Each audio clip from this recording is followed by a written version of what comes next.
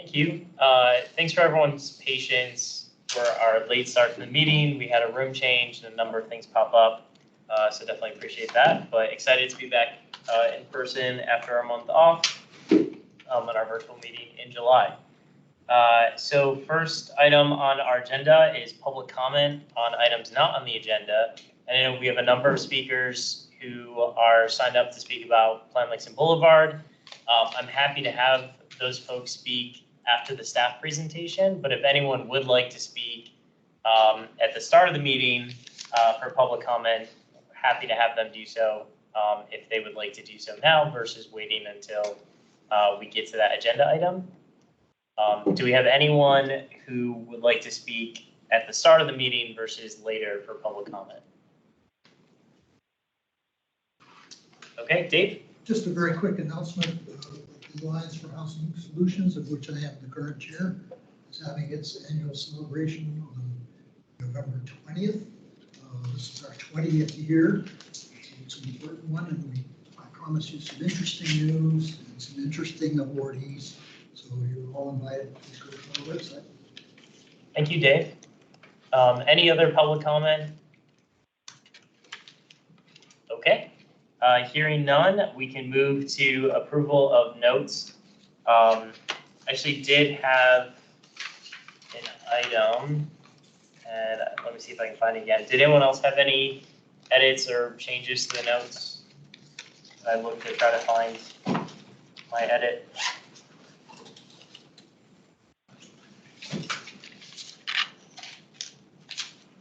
What was your edit? I just found it again. Or what is your? So under homeownership study information, it says Colin Macbeth asked if missing middle is happening at all in conjunction with the study. So it wasn't just missing middle, it was the study that staff is going to do into, I think, affordable expanded housing options. So just that correction. Any other changes to the notes? As amended, I move to approve. Okay, do I have a second? I can second. Great, thank you, Karen. And all those in favor say aye. Aye. All those opposed? Any abstentions? Okay, the minutes are approved. Thank you all. Next item on our agenda is Plan Lakeson Boulevard. I know the agenda said that this is an action item. It's actually an information item tonight. So staff will be presenting about it. We do have the option if we want to do a letter to the county board prior to the request to advertise, but it is not specifically an action item for us tonight. But I would like staff to answer as part of the presentation, will this be coming back to the Housing Commission prior to it going before the board for final approval? With that, I turn it over to staff. Thank you, Mr. Chair. Yes, we will be coming back to the commission sometime in October. So I have a quick timeline here that I would share. Can you confirm that you can see the slide? Yes. Yeah. Awesome. Okay, let me just arrange something here so I can see you and also my notes. 1 second. Okay. All right, so as I was saying, yes, we will be coming back to the commission in October. Our plan is to go to basically submit this for the RTA draft for PC and county board in October, and then the final adoption will be in November. So our goal is to come back to you all after we present this to the planning commission to give you an opportunity, to review the actual draft that is presented, for the board. So with that, I'll just go ahead and start the presentation. Again, my name is Natasha Alfonso Ahmed, and I'm the project manager for the Langston Boulevard planning study. As most of you are aware, this is the process to develop and ultimately adopt a very comprehensive high-level vision for the corridor that will guide both public and private investment long-term. We are currently completing phase 3 of a multi-phase planning study, which began in 2019. Based on some previous analysis and community feedback, we developed and released a draft plan in June of this year, which includes new policies to support the goals and vision for the corridor to become a green Main Street, as well as preliminary information on implementation. The plan's vision and recommendations for corridor-wide elements, which include transportation and open space, apply to the complete planning area. The plan's recommendations focus primarily on the core, which is the area that's outlined in pink on the map. And that includes areas that are located on or nearest to Langston Boulevard, areas designated for commercial or multifamily uses on the general land use plan, and in limited locations, areas that include single detached homes. Recommendations for all the planning elements will apply to the core study area for areas 2, 3, and 5, which includes area 5 West and 5 East. Areas 1 and 4, which are East Falls Church and Cherrydale respectively, they each have adopted plans and policies that will continue to apply for any development in the future in those areas. The plan's policies and recommendations are centered around sustainability, environmental resilience, and equity by applying a sustainable and equitable approach to land uses, by leveraging proximity to transit and existing activity centers to reduce travel times and carbon emissions, and by increasing housing supply and meeting the needs of diverse residents and household types. The plan proposes goals and policies for 9 key planning elements that you see here, supported by design principles, as well as design guidelines that are related to the built environment and the public realm. The policies on housing focus on increasing housing choices and supply, particularly CAFs, committed affordable units. The primary recommendation in the plan is to concentrate residential development in the core study area, allowing residential and commercial areas, which, as many of you know, is not allowed today through the zoning code, and also by increasing the densities throughout the planning, well, throughout the core study area to increase the supply of housing, including multifamily. The plan sets policies for increasing committed affordable units. Those are units that are affordable to households up to 60% AMI. This can be achieved a number of ways, including through the redevelopment and infill of sites that already have CAFs, through renegotiated CAF agreements, and through the conversion of existing marks to CAFs. The plan does establish a policy to accommodate renovation of aging residential buildings in order to sustain marks in the short term until property owners choose to pursue full or partial redevelopment options, which are available under this plan. The current housing mix in the corridor or the overall planning area provides very limited opportunities for lower middle income households. We do try to use or apply the county's equity lens to understand whether and where there are racial inequities, or if we're exacerbating them as part of this plan. And it includes recommendations to mitigate and minimize those burdens for current and future populations. The planning area, which is again the broader geography that we were focused on, has a lower percentage of residents of color than the county as a whole, with only 29% of the population in this area identifying as people of color, compared to 40% countywide. The exception to this is within Area 5 East, which is North Highlands. That area has 39% of people of color. Additionally, the census tract 100-800, which includes Halls Hill and Highview Park in the western end of the corridor. That area has 64% of people of color. The planning area overall, again, is slightly older than the county as a whole, with 13% of the population being 65 and older, compared to 11% countywide. When you look more closely at the neighborhood areas, there are a few places with a higher percentage of people that are 65 and older.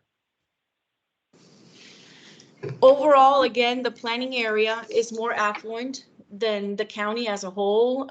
If you look at the chart, there's a lot on there, but just generally speaking, the percentages of households that are earning $200,000 or more is about 37% compared to 27% countywide. And the percentages of households earning less than $100,000 is 33% compared to 39% countywide. So However, again, when you look at specific census tracts, the percentage of households that are earning less than 100,000 is higher in some areas in the county as a whole. So for example, in census tract 100-900, which again includes Halls Hill and Highview Park, 40% of the households in that geography are earning less than 100,000. And in North Highlands, it's actually 51% of households that are earning less than $100,000 annually. Currently, there are only 8% of existing units in the planning area that are considered affordable, again, up to 60% AMI. Before the pandemic, that number was actually only 5% of units that were affordable. We expect that as the rents return to pre-pandemic levels, that the number of affordable units will decline again in the planning area. So the Affordable Housing Master Plan indicated a need for 2,500 affordable units by 2040 through a combination of committed and market rate affordable units. The June draft that we presented provided very preliminary figures on the potential housing supply and CAFs, which you can see on the slide, along with the current distribution of affordable units by neighborhood area. These projections are still under review and will be based on more specific site analysis that we're conducting, planning recommendations, as well as feedback that we've received from the community and most recently from the county board, which is a slightly different approach for how the 2,500 figure in the 2015 Affordable Housing Master Plan was derived. As we know, that was based on a sort of general approximation or percentage of the countywide growth. And with this planning study, we have an opportunity to look more in more detail at these sites and to see what they can deliver over time. So to achieve the vision, again, for a green Main Street that links neighborhoods to businesses, mixed use activity nodes, housing and public spaces, we need a new land use framework. This map illustrates how development in the future should be concentrated in the mixed use activity hubs connected by areas that are predominantly multifamily to expand opportunities for increasing, again, the housing supply along the corridor. The plan proposes 4 new activity hubs in addition to East Falls Church and Cherrydale. The framework that you see here supports the policies on economic vitality, but also housing by, again, concentrating development in those core areas that are accessible to metro and transit, and by supporting commercial activity and jobs and expanding the residential uses and densities, as I said before, in areas that are not allowed today, and overall increasing the housing supply and the levels of affordability. So to support that land use framework, the policies on building form are established to achieve context-sensitive building design. And they do that by focusing the tallest building heights at, again, those activity hubs, key intersections along the corridor and within walking distance of metro and bus stops, and by establishing parameters for setbacks and step backs and desired height transitions to ensure that we're being sensitive to the adjacent low density residential edges. The goal of the plan is to incentivize positive change in these core areas by providing other choices besides by right development, which we know isn't going to improve the current conditions, isn't going to increase the housing supply, and isn't going to provide more affordable units. So we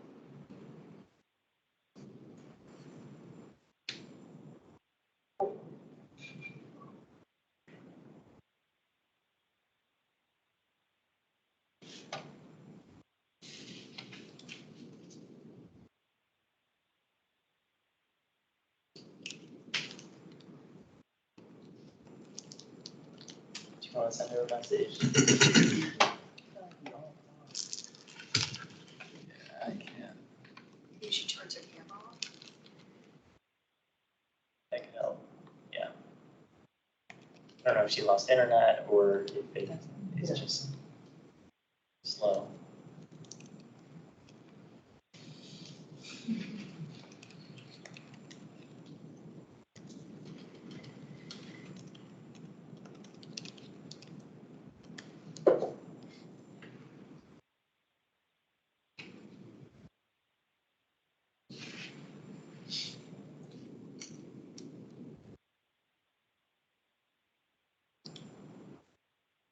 Yeah, lost her altogether. Is anyone else on staff prepared to pick it up where she left off, or? That's a good question. I see Richard's on. Maybe she can call it. I'm not sure. Joel or Richard or do. I'm chatting with her now. She's trying to reconnect, so just Okay. bear Okay. with us 1 minute. Thanks. All right, I hope I'm back. You are. You are. Apologies, I saw people moving, but didn't know what was going on. So what was the last thing you heard? I don't want to sound repetitive. You were talking about the zones of higher building heights and trying to make it, conform with residential edges and preferences there. And yeah, I think that was about it. That was Exo Heights. Yeah. Yeah, right there, yeah. Yep. All right, and are you hearing an echo? I'm sorry. Nope. Nope. Okay, then it's just me. I can deal with it. All right, then I'm gonna go ahead and, because I did talk about the framework for building height and how that supports, again, the goal for increasing housing supply and affordability. What I was mentioning it with this slide is that in addition to the concerns that we've heard about height, which as we've said is needed to increase supply, there are very specific concerns about housing, which are mostly about the potential concentration of affordable units in some areas where there's already affordable housing, the prioritization of renovating existing marks, so those are not lost, and then opportunities for revisiting the East Falls Church and Cherrydale plans to optimize, again, the affordable housing supply along the corridor. From staff's perspective, the projected affordability is expected to remain pretty well distributed across the corridor, but with a greater share in areas 3 and 5 West, which is Waverly Hills, if you're familiar with it, and North Highlands. So as I said before, the plan does support the vision for increasing housing supply and affordability and increasing CAFs. In terms of renovation of marks, while that may reduce carbon impacts overall, which is the concern that we're hearing about, it does limit the opportunity to increase the overall housing supply and affordable units along the corridor. I mean, at one point there are trade-offs to everything. And then in terms of East Falls Church and Cherrydale plans, those plans, we have an opportunity to go back and review those plans in the future to make sure that they align better with the corridor-wide goals, and particularly for housing. So the timing for that is going to be considered as part of our annual work program and discussion with the county board. So I'm just got a couple more slides here, which has to do with the implementation strategies for the policies. So the plan does identify a number of strategies and actions that are necessary, again, to achieve the vision and the housing policy. Some of these will be done concurrently with the adoption of the plan in a couple of months, which include establishing the Langston Boulevard Planning District, adding a new policy to the GLUP booklet with the vision and goals, removing parcels within the Cherrydale Revitalization District that are adjacent to areas where redevelopment has already occurred per those plans goals, in order to allow for expanded housing options in those residential edges. And lastly, removing the HCD designations that overlap with the planning district, since we're going to have new guidance for multifamily residential development in those areas. Then following the adoption of the plan, we will be adopting GLUB and zoning ordinance amendments to enable increased density and expanded land uses beyond what the current policy and by right zoning allows. We will also be identifying appropriate GLUB designations and zoning tools that balance the two important goals, which are, again, maintaining marks and increasing housing supply and CAFs through the site plan process. Additionally, as part of the future land use planning process, staff will be re-examining, as I said, the Cherrydale Revitalization Plan and the East Falls Church Plan to align with our corridor-wide goals. And then lastly, I will mention that based on, again, additional thinking and some recent feedback and discussion with the county board this week, staff will continue to look at the housing policies as they're in the plan and the recommendations to build in more clarity for our what we're trying to achieve. Some of the updates are going to focus on, again, issues related to preserving marks and replacing them with CAFs, opportunities for homeownership, for households of lower income. Again, supporting households earning less than 60% AMI, and identifying opportunities for nonprofit providers to work collaboratively with the county and provide opportunities for housing. So that concludes my presentation.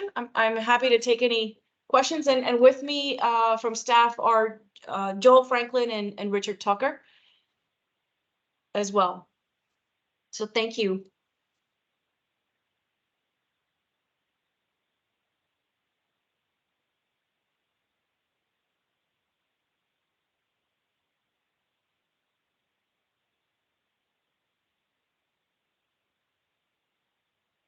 Oh man, Alex, am I frozen again? No, I Okay, think Alex, you're muted. okay. Oh, Sorry about that. Yep, all right.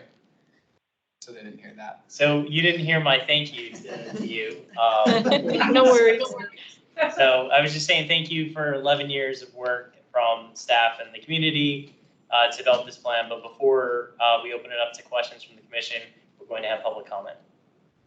And first off is Jane Green. Woo! I'm first on the list. Where should I stand? Sorry, I'm not used to this this room. I don't know. Anywhere that gives a view of the camera. All right. Hello, everyone. My name is Jane Green. Live down the street. Everyone in Arlington benefits from a Langston Boulevard that is accessible and vibrant and inclusive.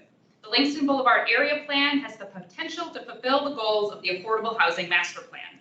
We can bring more geographic distribution to our affordable housing. We can balance enrollments across Arlington public schools. We can further reduce car traffic and improve multimodal connectivity. It's density that allows us to bring more people and more amenities to the northern part of the county. But the plan needs to go further to fulfill this vision. We need more height on the table to encourage redevelopment under the plan rather than by right. We need a firm timeline for updating the housing opportunities in Sherrydale and in East Falls Church.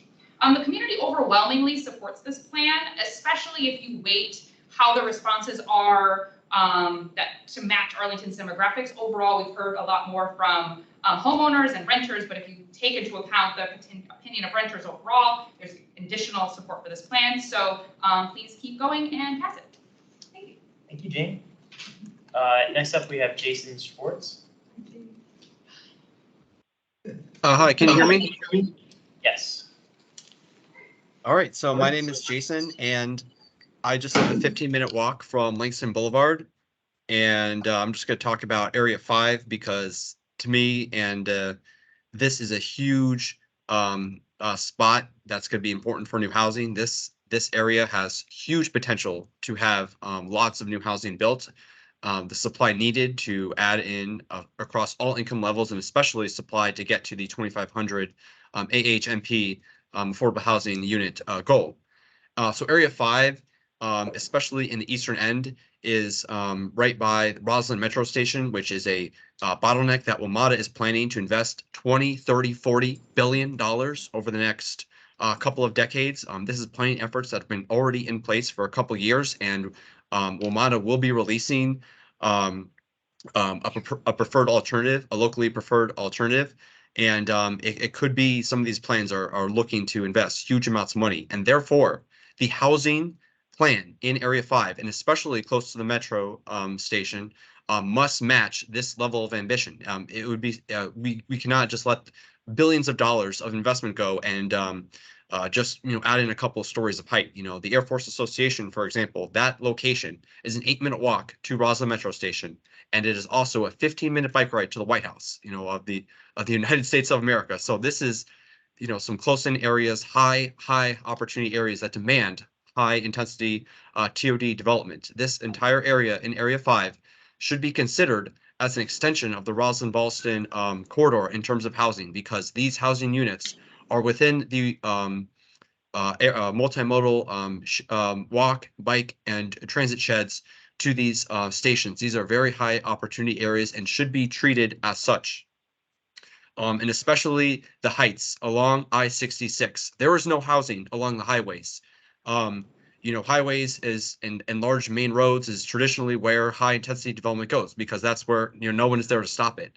No one is there to oppose it because no one lives there. Unfortunately, that's the only place that we feel that it's appropriate to build housing, even though we should be building housing closer to where our amenity centers are, such as the metro. But that gives an opportunity to actually go big on these sites, especially in Lion Village Shopping Center area at Spout Run and Kirkwood. This should be really seriously considered north of 15 stories, especially at its elevation. So I really want to encourage transit-oriented development along these corridors and make sure that we are getting the housing needed, because other areas along Langston Boulevard are much more constrained. So when we're not as constrained along the highways and close to our metro stations where there's billions of dollars, I hope to see a lot of housing. Thank you so much for your attention. Thank you.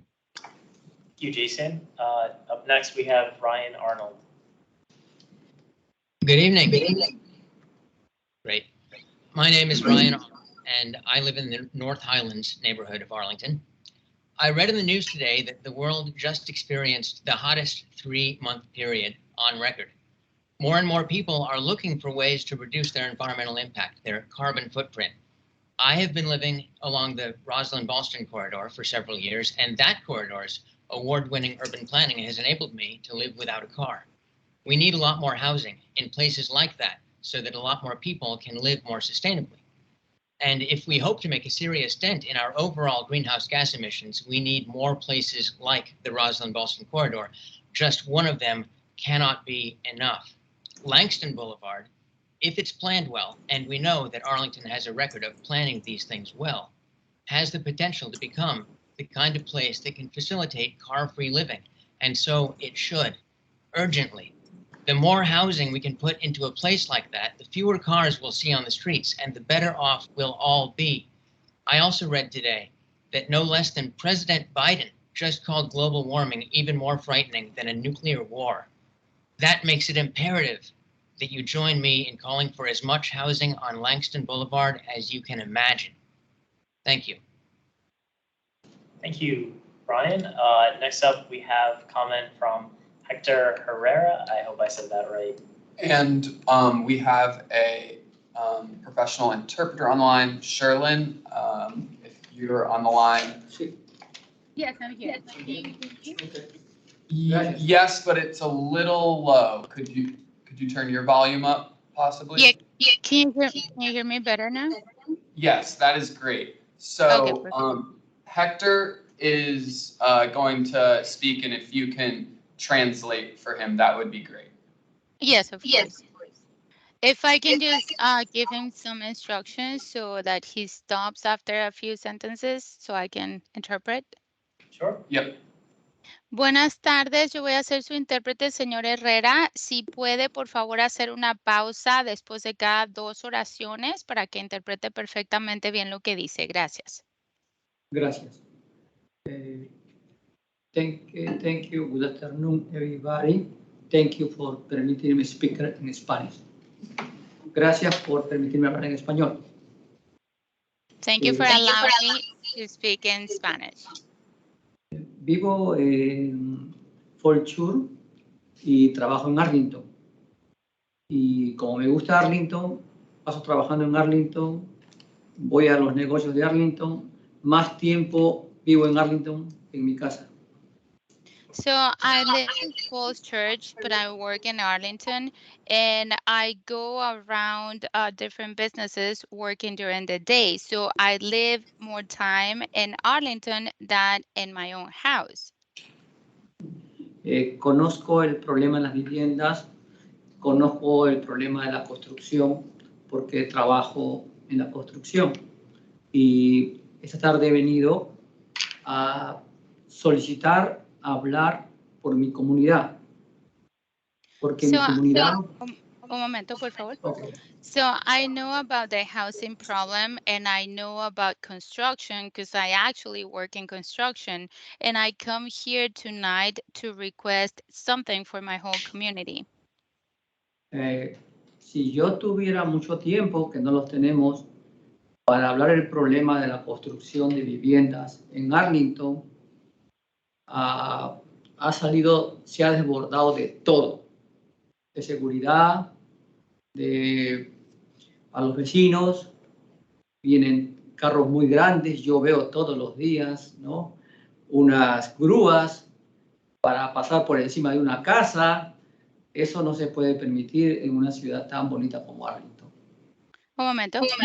So if I had a lot of time this evening, I could tell you more about all the problems that I see regarding building houses and construction here in Arlington, because I see lots of cars going around and parking around the neighbors, and I see tow trucks that go and just take cars away, and all of this shouldn't be allowed in a beautiful city as Arlington. En mi comunidad hispana se siente muy feliz viviendo en Estados Unidos, y mi comunidad en otras naciones no vive como en Arlington. Por ejemplo, nosotros somos los que trabajamos en la construcción para las casas nuevas, pero nosotros no podemos vivir en las casas nuevas. Un momento.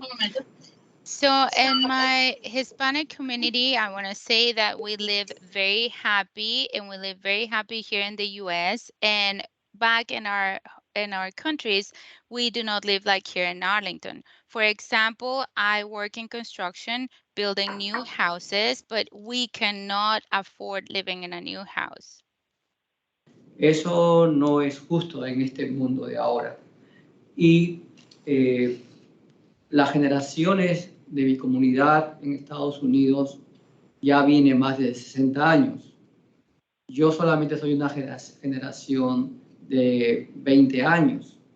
Y nuestros hijos han crecido, y los que vivimos en Arlington ya no podemos los hijos comprar casa. Están viviendo con los padres en la casa casi 3 familias. Un momento. So I do not think that's fair in today's world.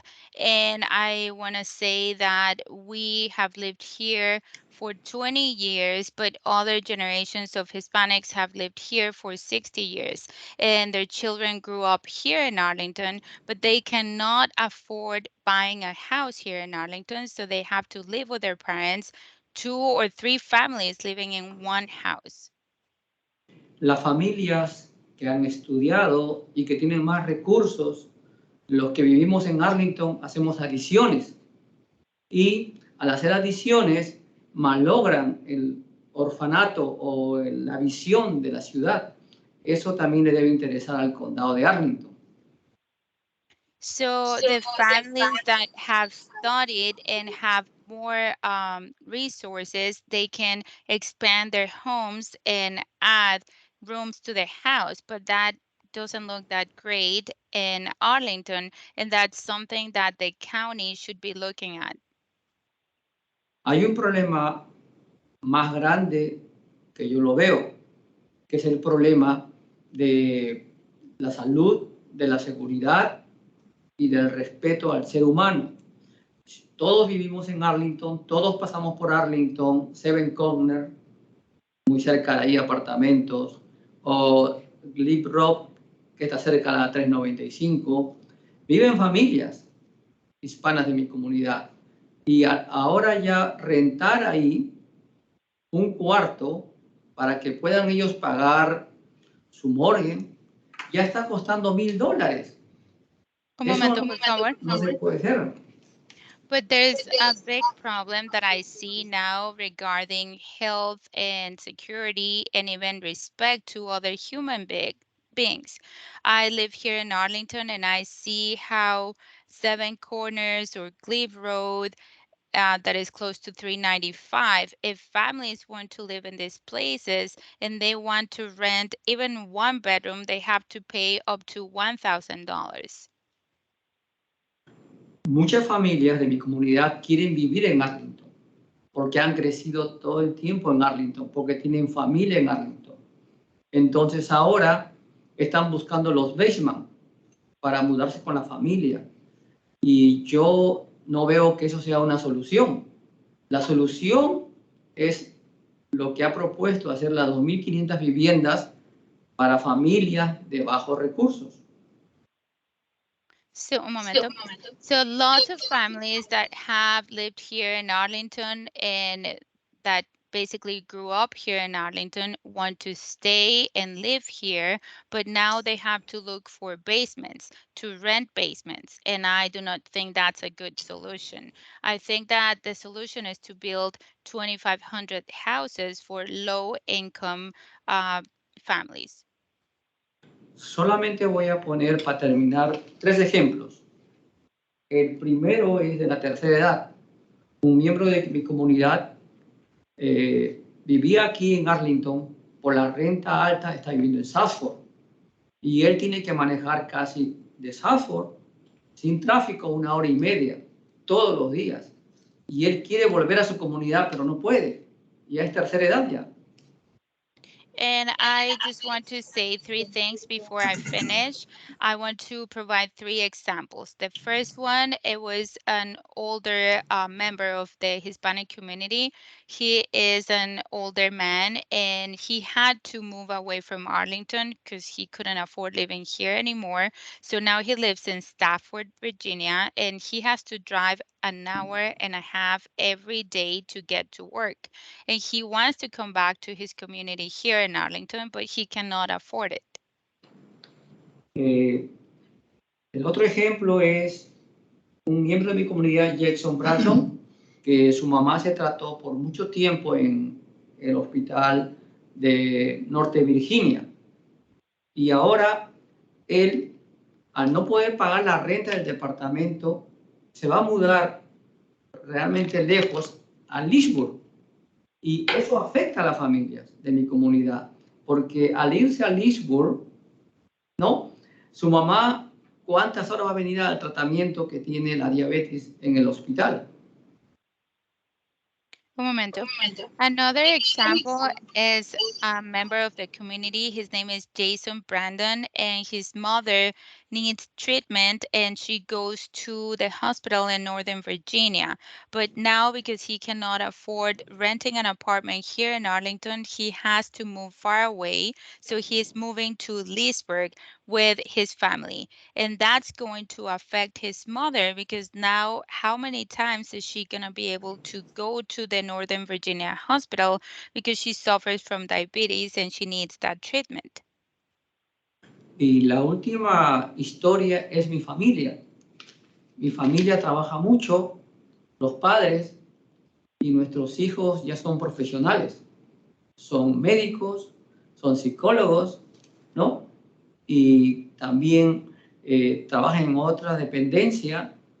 ¿Cómo es posible que ellos quieren Arlington y ellos no pueden comprar casa en Arlington? Ellos están rentando en Arlington. Ellos no quieren renunciar a vivir en Arlington, una ciudad histórica. Ellos pueden vivir un poco más lejos, en casas de repente más grandes, pero acá hicieron su historia. Acá crecieron. ¿Cómo es posible que nos nieguen la oportunidad económicamente de vivir en Arlington? He hablado con miembros de mi comunidad. Si es posible, podemos hacer una marcha. Podemos hacer un plantón frente al gobierno de Arlington. Gracias por todo. And the last one is an example about my family. My family, we all work very hard. My children, they're all professional adults. One is a doctor, another one is a psychologist. And even though they work very hard, they cannot afford buying a house here in Arlington, so they have to rent. And they could afford living in a larger house somewhere else, probably far away, but they do not want to leave the city in which they grew up. So they want to stay here, but I think it's not fair that we do not have the opportunity to buy a house and live here in Arlington.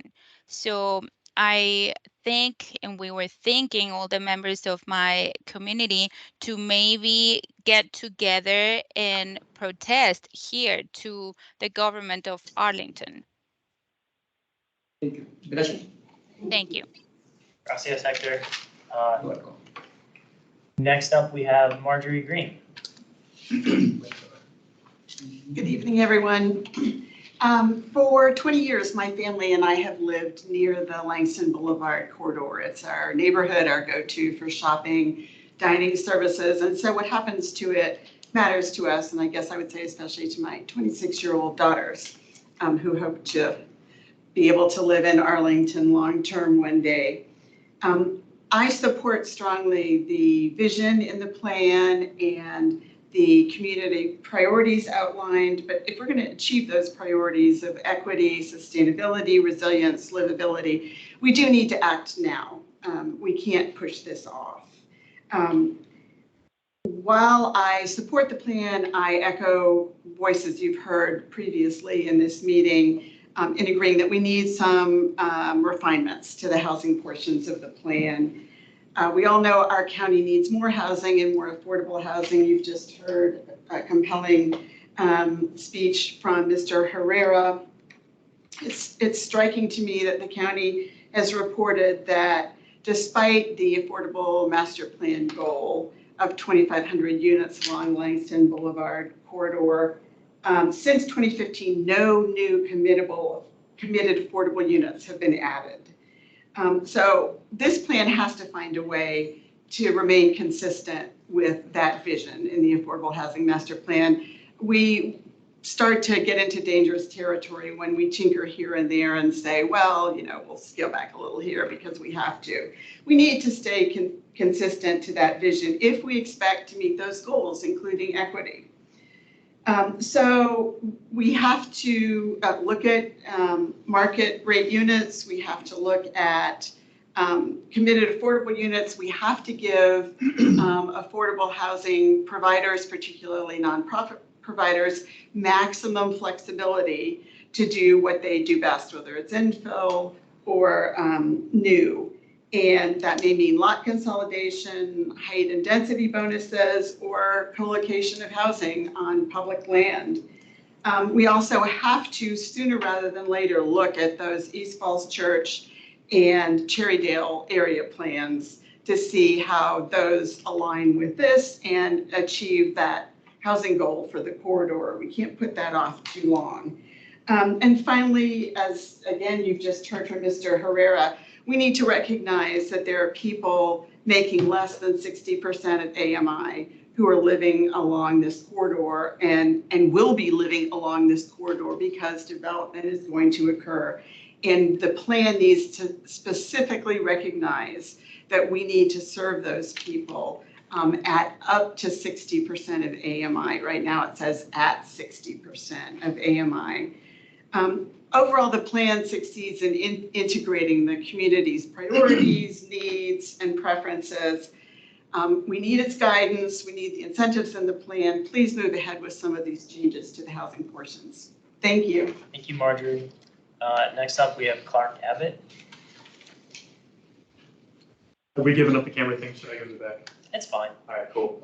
Hey y'all, my name is Clark Abbott. I've been in Arlington for 1 year now, and I really love this community. I wanted to start with thanking y'all for all the work you do about supporting affordable housing in Arlington already. I was there during the Missing Middle campaign, and I remember y'all's recommendation you made to the housing board, the county board. It was fantastic, and it really helped get the movement going and pushed it across the finish line. So I really want to say thank y'all for that. And I'm counting on y'all again for Plan Langston Boulevard, because this is another great opportunity for us to take control of housing in Arlington and push it in the right direction. I found out in a news article like a week ago that apparently the building I live in Clarendon is like meeting all the criteria for affordable housing. It's great for the environment. It's great for urban planning. I think we should push that everywhere, And it's like seeing that along Langston Boulevard would be fantastic. And I'm really excited. We're doing some research into it. What I want to make sure that we're doing, and as I'm an activist kid, folks, is we want to push for to meet our goal of 2,500 affordable units along Langston Boulevard and along the corridor. I think that's great, and we want to ensure maximum flexibility for these units so that we can get folks living there sooner rather than later. I didn't use as much of my time as these folks did, but I'm done. Thank you. Thank you, Clark. Next up, we have Dave Leibson. Thank you. Excuse my voice. I can't do anything about it. I'm Dave Leibson. I'm a former member of this commission, and I am currently chair of the Alliance for Housing Solutions, which we strongly support. The plan will be doing a long letter. We also believe it's very important to move forward with Cherrydale and East Falls Church. I also want to speak a little bit as a former member of the task force that developed with the county the Affordable Housing Master Plan back in 2015. I was an appointed member of that task force. And I want to speak specifically to the 2,500 number. That 2,500 has to be considered an absolute minimum. Anything less than that is really not acceptable for a couple reasons. One, we have to be consistent with that plan, the Affordable Housing Master Plan. If we're not going to do that, why spend all that time and community energy? But also there's more to that number. At the time of that plan, you all need to remember that geographic distribution of poverty, of low-income families and low-income housing was a big concern in the community, both south and north. And I believe it still is there. And I think delivering, sort of not achieving in this very important plan what was set out in that goal would be a black mark against the whole process. I think it's very important we achieve that. And moreover, that geographic distribution question is not just an Arlington question, it's everywhere. And to remind you all, it was part of the Fair Housing Act. We are, as a jurisdiction, actually legally required. I don't know how to enforce it, but we're legally required to, I have to look at my own notes, to pursue affirmative furthering of fair housing. That is to say, we have to make sure our plans actually assure a fair distribution of assure access to affordability across the whole county, not just where everybody agrees to put it. So I think it's very important that the 2,500 number be, at a minimum, be held to meet that. Thank you. Thank you, Dave. Any other public comment? Okay, hearing none, let's open it up to the commission for questions and feedback for staff. Who has the first question? I will save mine for a bit in.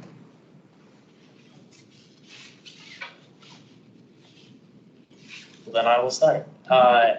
Can you reiterate again, so the existing plan is estimating that the county is not going to meet the 2,500 goal, but it is estimating that we'll partially meet that by 2075. Can you reiterate what that number of affordable units is by 2075? Sure. Let me just find that slide again. I don't have it all memorized. Yes. So based on our analysis, and again, we're going to be refining these numbers because we're going to be doing, more in-depth analysis of some sites and also working in some of the tools that we're considering to see if this number is true or if we could actually get more.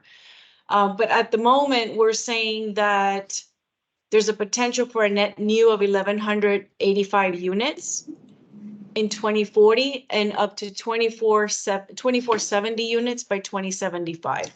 So getting us close to the 2,500 goal, but in a much longer time frame. Yeah, I mean, I think the 2075 timeframe is problematic. One, I don't know that I'll be alive in 2075, and I'm 36. I think we're talking about a completely different county at that point, with most people who live here now either very elderly or dead. And for planning purposes, I feel like it's just stretching it too far to go out 50 plus years. I think the 2040 number is probably the one that realistically we can communicate on. So I have a little bit of hesitation around just throwing out, well, 50 plus years from now, this is what we think we'll have. Knowing that so many things are going to change by that point. I agree with many of the comments that we heard that we do need to try to at least meet the goal that was agreed upon in the 2015 Affordable Housing Master Plan of 2,500 units. I know a lot of people have said to do that, we need to look at the Cherrydale area as well as East Falls Church. And I think East Falls Church, with the plan that's currently in place, my understanding is it sort of failed to actually promote any of the development that we thought it would, and it has not been a successful planning effort. And I feel like that one in particular is especially because it's literally a metro site, that we need to look at revising that ASAP, so that we don't have single-family homes being built across from metro stations, because it just doesn't make sense in this community, and it's a complete waste of our land use and resources as a community. So that's definitely something that I think is important, and I echo what we've heard from a lot of our speakers, public comment on that. I had another question going back to the equity framework that the Housing Commission had adopted this summer. I was hoping that you could provide some more detail about the consultation efforts throughout the planning process with historically marginalized populations.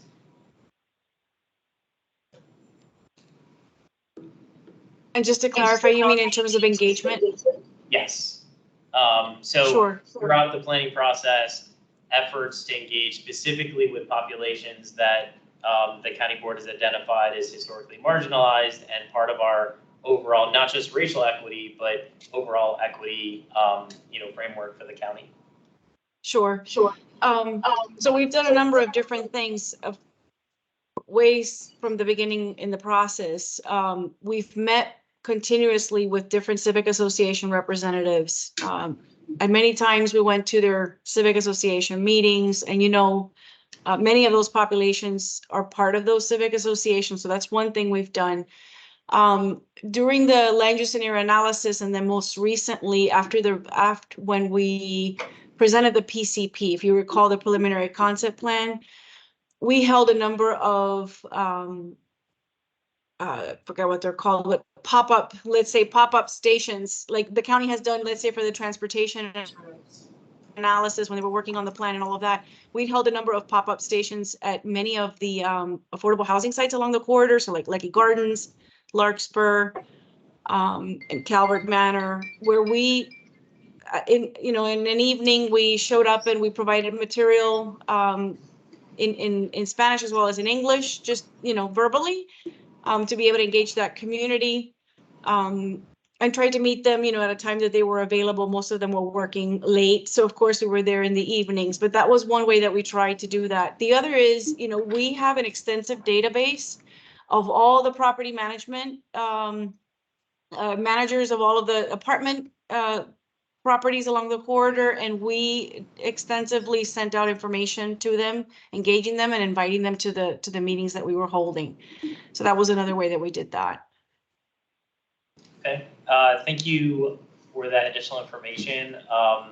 Can you talk about, again, looking through the equity lens, how Plan Langston Boulevard, if it were to be implemented, would impact the disability community?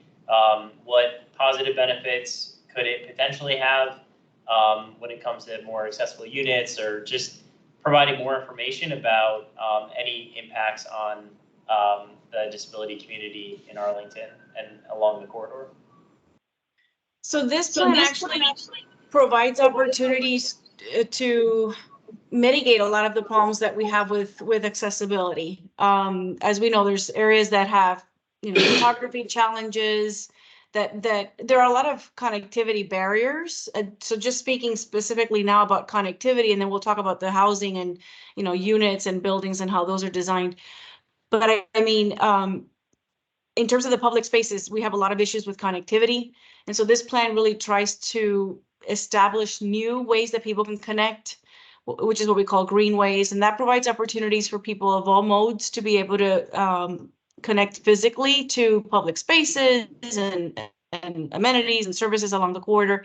So that's a big part of our sort of multimodal policy for the corridor.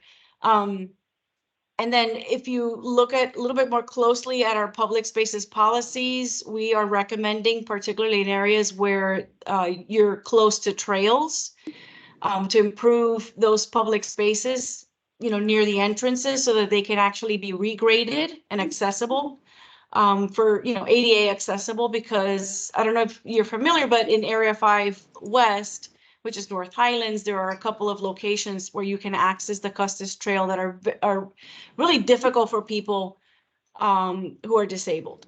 And so the plan recognizes that and encourages that through the policy, that as new development comes in, that they actually improve those connections. In terms of the buildings per se, we know that a lot of the housing stock in the corridor is pretty old. Many of the garden style apartments have no elevators. You know, they just have to be upgraded in a number of different ways, just to bring things up to code, is particularly for ADA accessibility. And so this plan, by providing incentives for some of those sites to redevelop, there's an opportunity to improve the housing stock there, to create places that, again, can provide housing on the ground level, let's say, for people who are disabled. And so without redevelopment, you can't really change the sort of the problems that we have there. And so we need that in order to create newer buildings that are up to code. Thank you. Other questions? Doris, go ahead. Since you are on the topic, I want to say first that when I came to Northern Virginia, I at first lived in Central McLean, and the place we chose was chosen because, as a person with disability who doesn't drive, and a large majority of people with disabilities, whether they're physical disabilities, sensory disabilities, or cognitive and other disabilities, don't drive. The first thing that I was looking for was direct connection to public transit. And one of the things, because I live close by the Langston Boulevard area and Cherrydale and actually East Falls Church as well,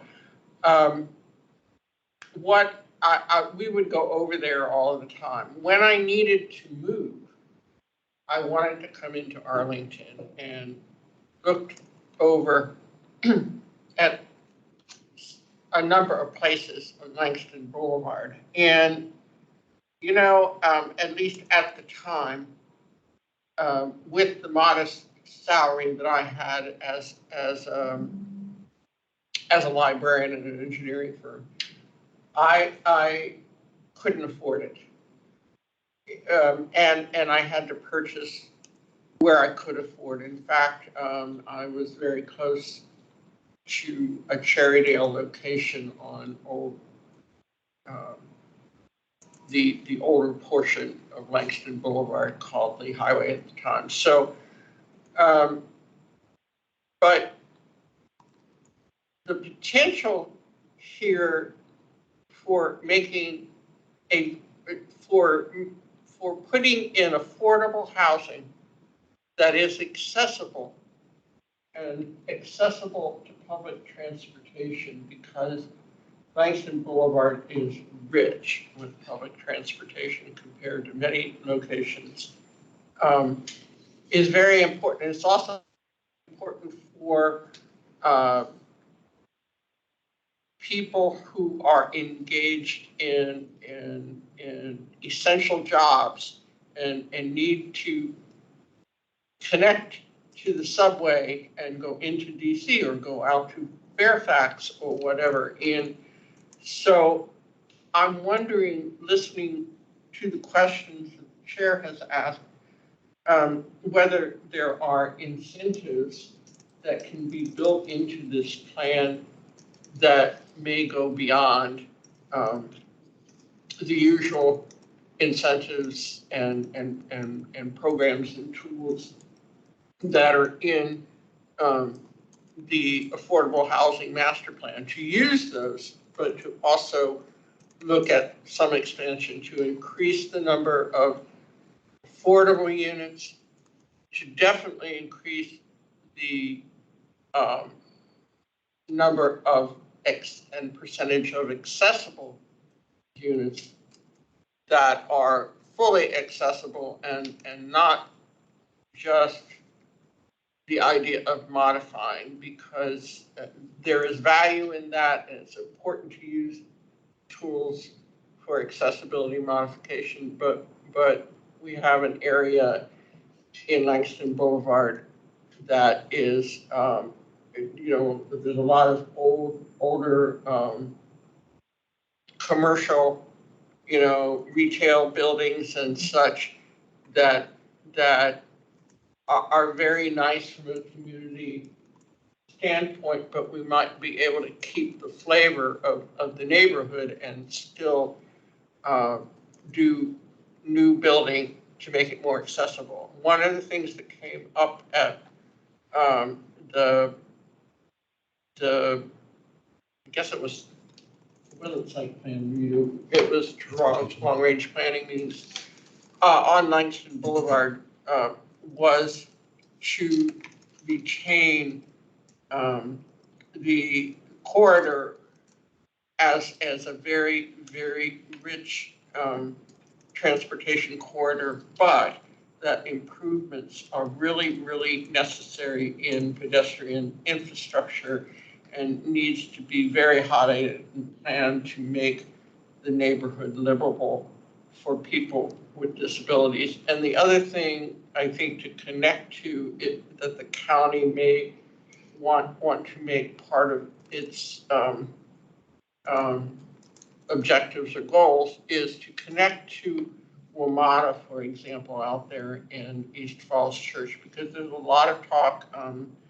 I do transportation advocacy as well, and there's a lot of talk in the transportation industry about and public officials about utilizing metro stations for affordable and accessible housing. And of course, as a lot of people have said, East Falls Church is important, but that East Falls Church station is at one end, Roslyn is at the other end. But if you don't have the pedestrian infrastructure that's accessible, and if you don't have the transit service to get you to those stations, it's really not any good. And I think we should, to a person with a disability and or others who need to use the subway and others who are going to be looking for connections to transit, to be able to live in Arlington and still keep or find jobs as they come into the community. So those are the points that I want to emphasize, and I think the idea of looking for some incentives to ensure more accessible units are built in that corridor is very important. And it also links to jobs in McLean, at Tyson's, and going out to the whole industrial center that's out there, and at the other end to Crystal City as transportation corridors. Thank you. Thank you So so much. I'm wondering if you're looking at that, and I'm wondering if you could come back to the commission with some thoughts about enhancing or emphasizing that. Thank you. Natasha, do you have any immediate responses? I see Richard is. Yeah, good evening, everyone. I'm Richard Tucker. I'm with the Housing Division. I think Ms. Ray raises a point that we hear often, and even Mr. Leibson as well. How do we get more of what we want?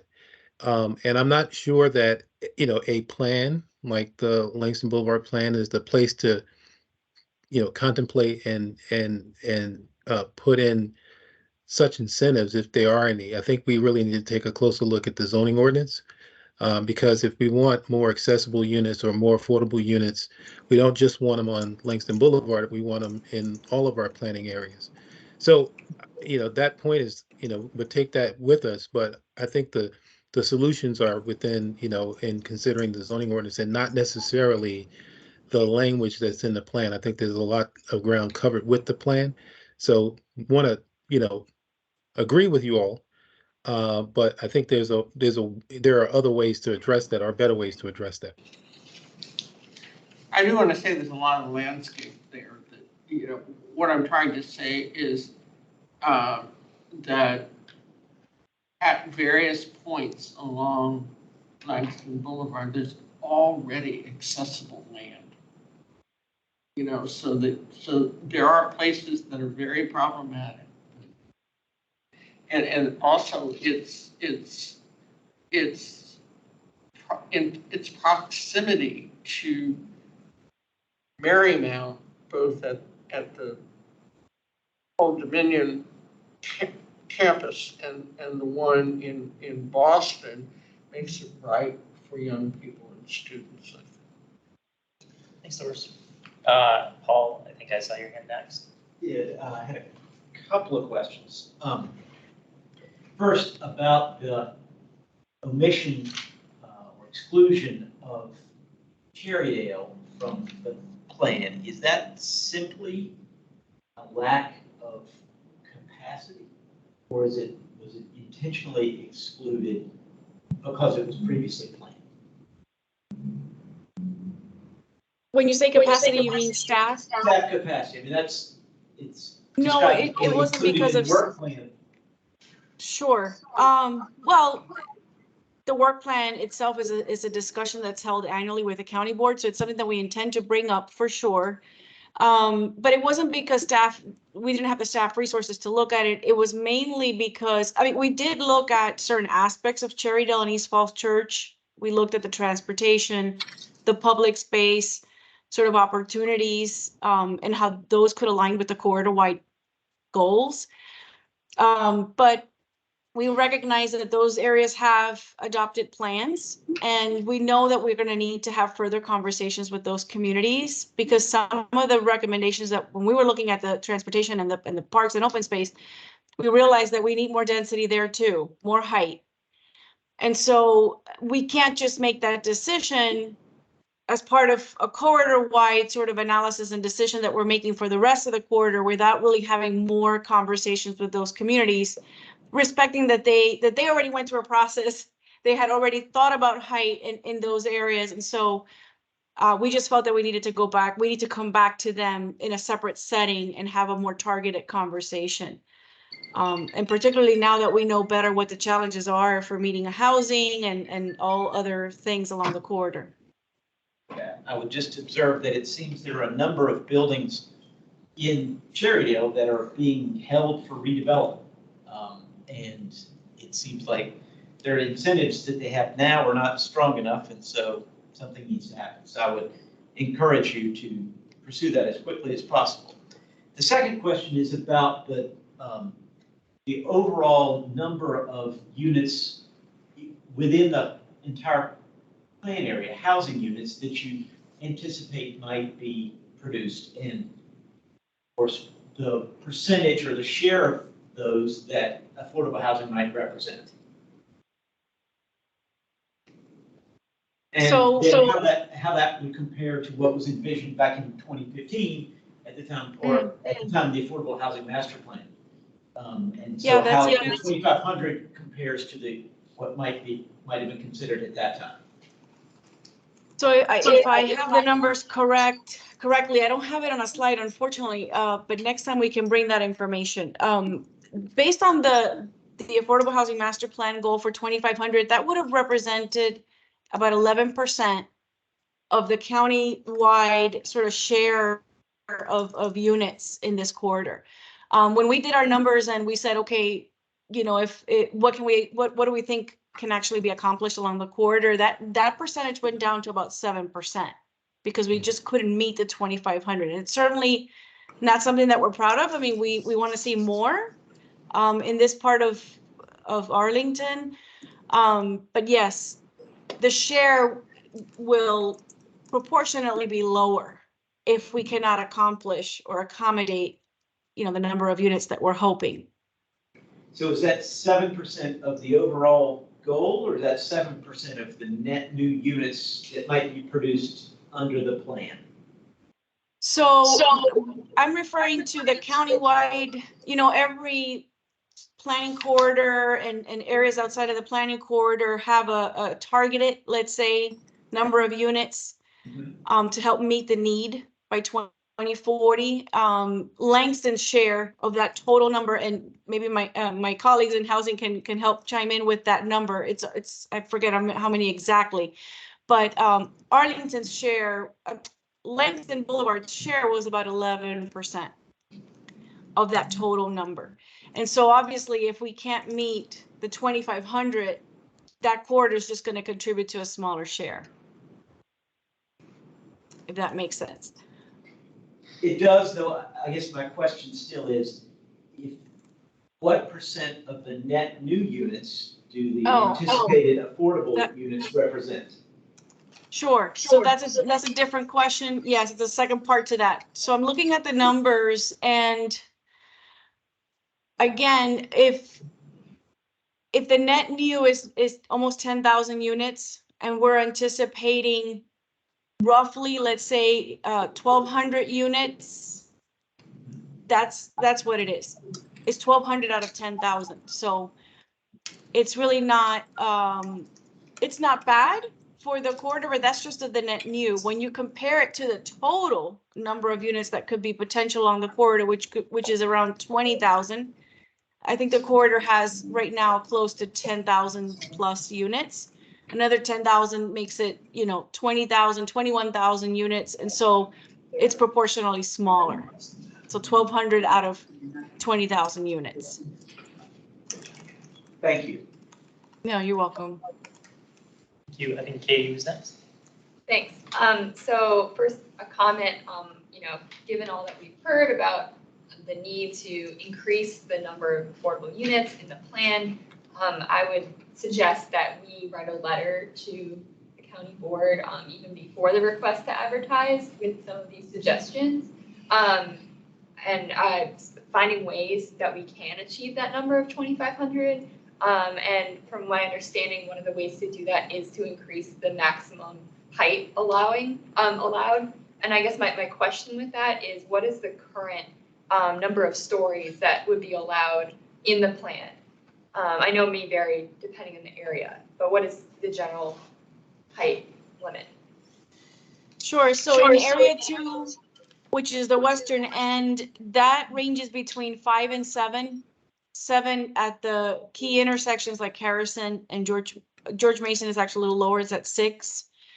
In area 3, which is Waverly Hills, the portion that's like Waverly Hills to a part of Cherrydale, that ranges between 5 to 10 stories. 10 stories is, mostly concentrated in the area around the Lehigh Shops, Lecky Gardens, if you're familiar with that geography.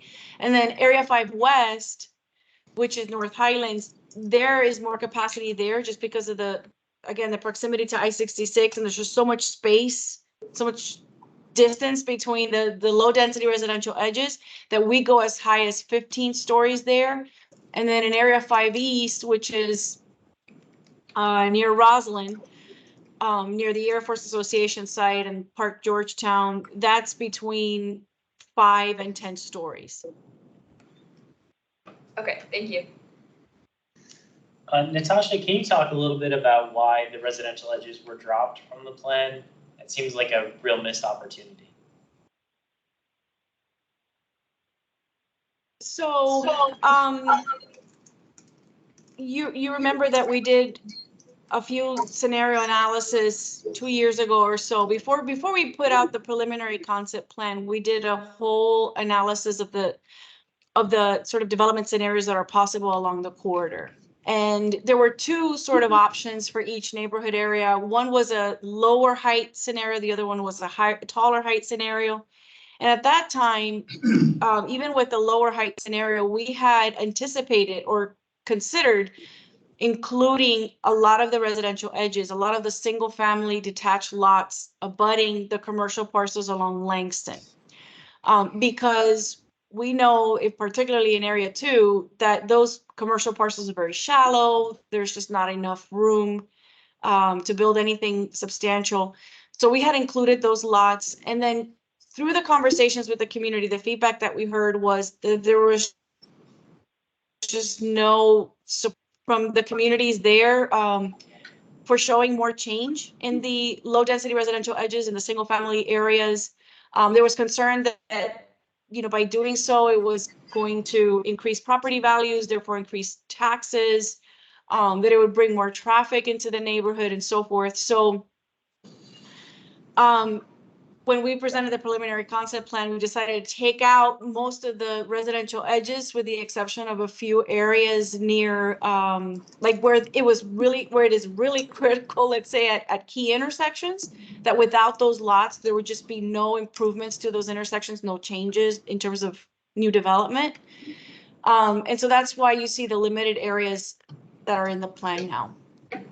Did the neighbors who expressed concern about the rising property values and taxes also complain about the addition of like green space and trees and other things that raise property values and make it a more livable and nicer area? Or was it just specifically these issues that they had concerns about? It was a mix. I would say, you know, there are people who obviously don't want any change. They're perfectly fine with the street the way it is. You know, they don't necessarily think that that bringing in this level of density to make those improvements is worth the trade-off. That's just, you know, that's just how some people think. There are others who are kind of in the middle who say, you know, we need more parks. We need more amenities, more services. We need, you know, a community center and all these other things, but we don't want it in exchange for height, and we don't want the private sector to be the one, you know, we don't want to give the private sector the you know, the ability to do that. And then there are others who are, I would say, are more find that there are balanced ways to do it, you know, where there's a collaboration between the private sector and the public sector. So it's really, I would say, the whole gamma when it comes to perspectives. Thank you. Other questions? I have a couple. Good evening. I just had a question on what was being done to preserve some of the legacy buildings or, you know, commercial properties along the corridor. I'm sorry, did you say legacy? Yep. Yes. So we, I don't know if you are familiar with the Historic and Cultural Resources Survey that we did about, I'm going to say now 2 or 3 years ago at the beginning of the process.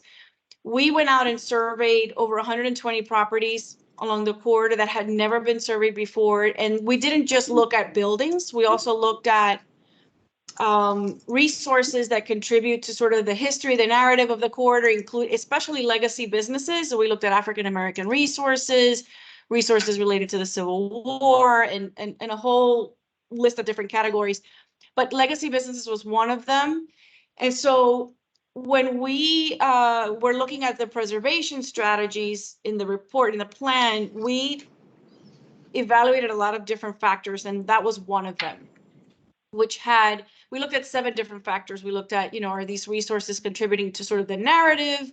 Is it the architectural history and so forth? And so the businesses have always been a central part for us, but we recognize that, you know, businesses by themselves, you know, they're not always necessarily the owners of the buildings that they're in. So while we want to recognize businesses and we want to sort of honor them and the legacy that they've had along the corridor and remember them, we recognize that sometimes we just have to use methods like interpretation on site or nearby, where you can do that through public art. You can do it through, you know, events and things that celebrate those businesses, but not necessarily the preservation of a building, because they're not necessarily owning the building, if that makes sense.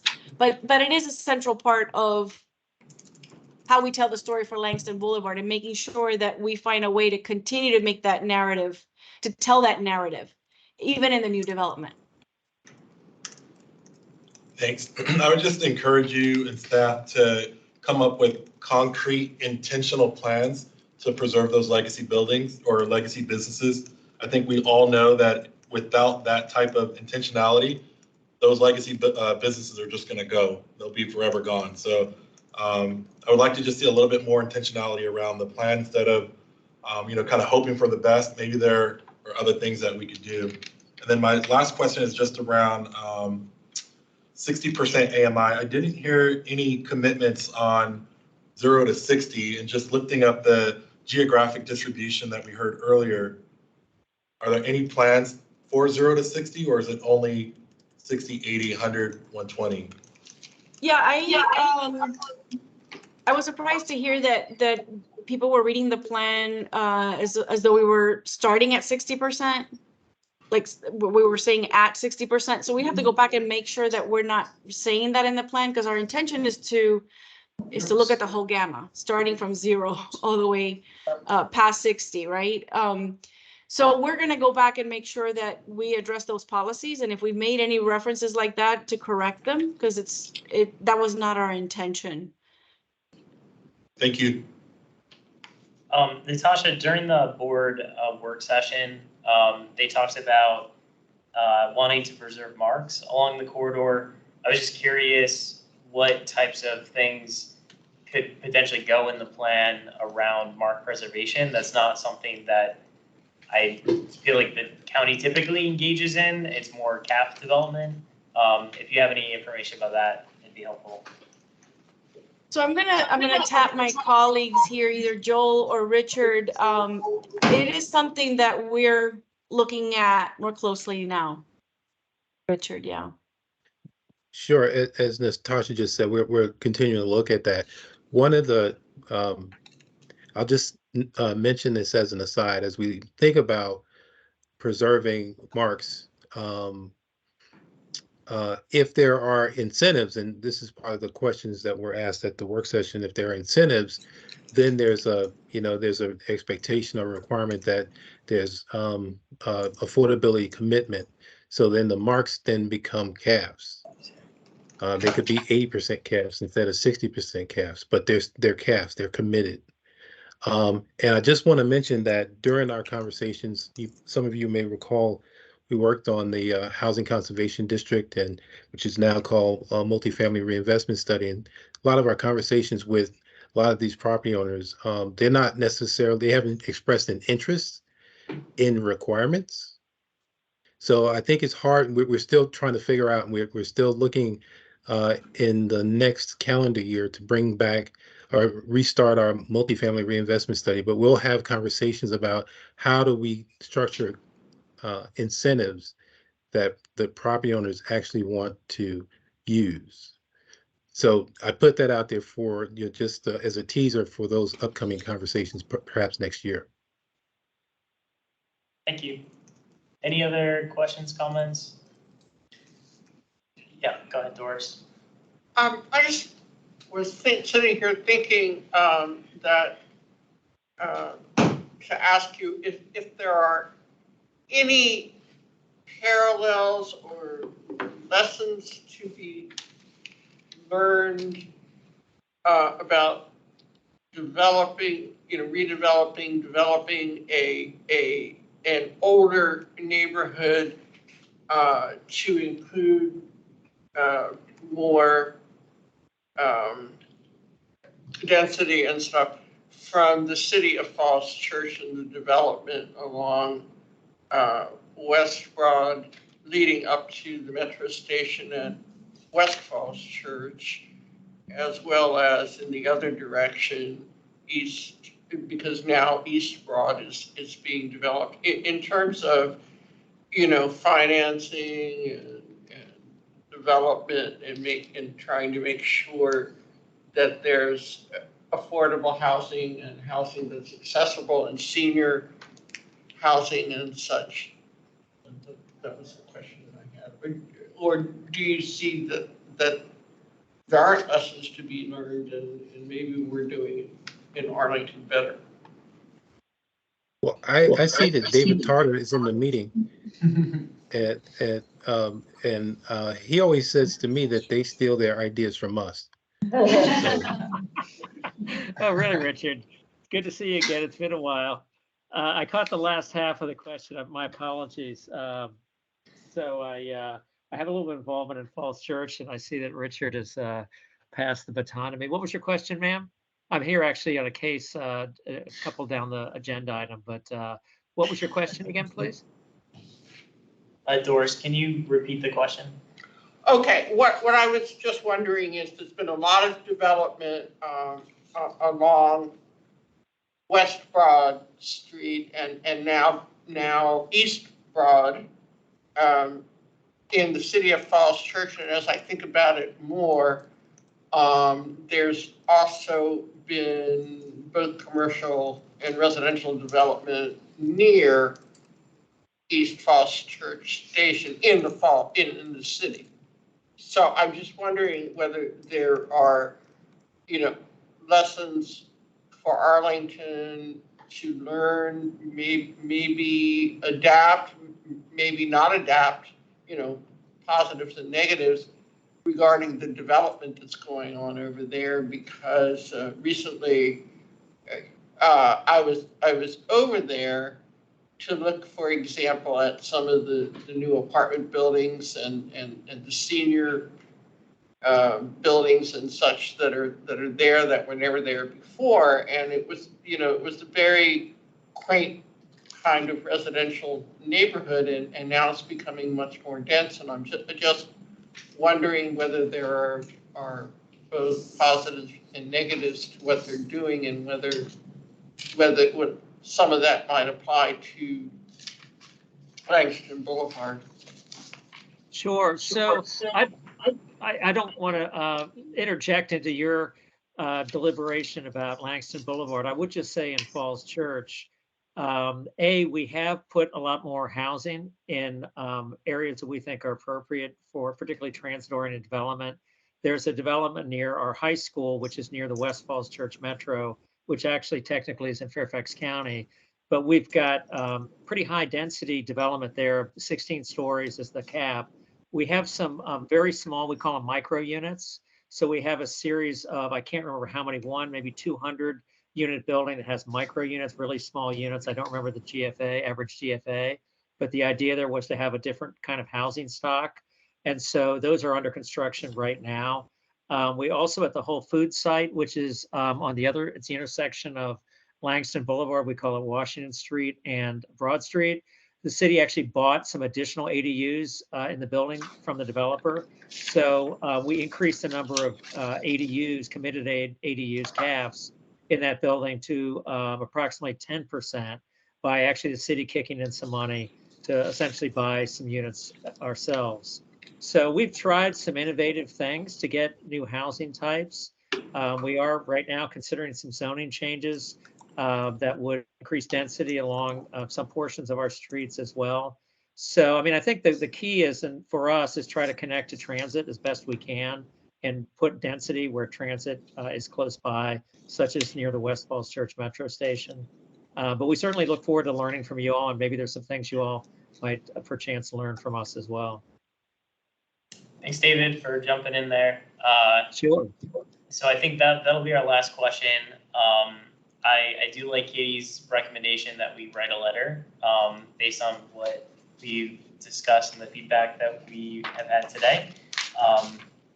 What I have sort of in my notes, and if people could help if there's additional things or things that they disagree with, so that we do think the county needs to prioritize meeting the Affordable Housing Master Plan goal of 2,500 units and not on a timeline where everyone who currently lives here is dead. And that they need to revisit the Cherrydale and the East Falls Church plans. Doris had brought up, looking at incentives for additional accessibility along the corridor. Are there other things that you all wanted to include in that? I think we had a commitment tonight just to clarify language around the 0 to 60. That was my interpretation after hearing it. So I think if we could clarify that in the presentation, if we're having it here, there's going to be a lot more in the public. And then also just, I personally, I don't know if my commissioners would agree, but would like to just see firmer commitments on preserving the legacy buildings along the corridor. Businesses, I keep saying buildings. Yeah, so I just want to clarify, Mike, so it's the business, not the physical building. Right, that, of course, okay. Yeah, the business itself. I think that makes sense. I think it is in line with the equity framework, and some of those businesses have been around when that, for example, that fire station up there, they serve like those volunteer firefighters, right? Some of those businesses are still.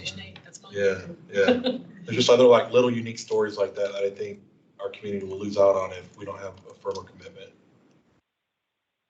Any other items? Yep.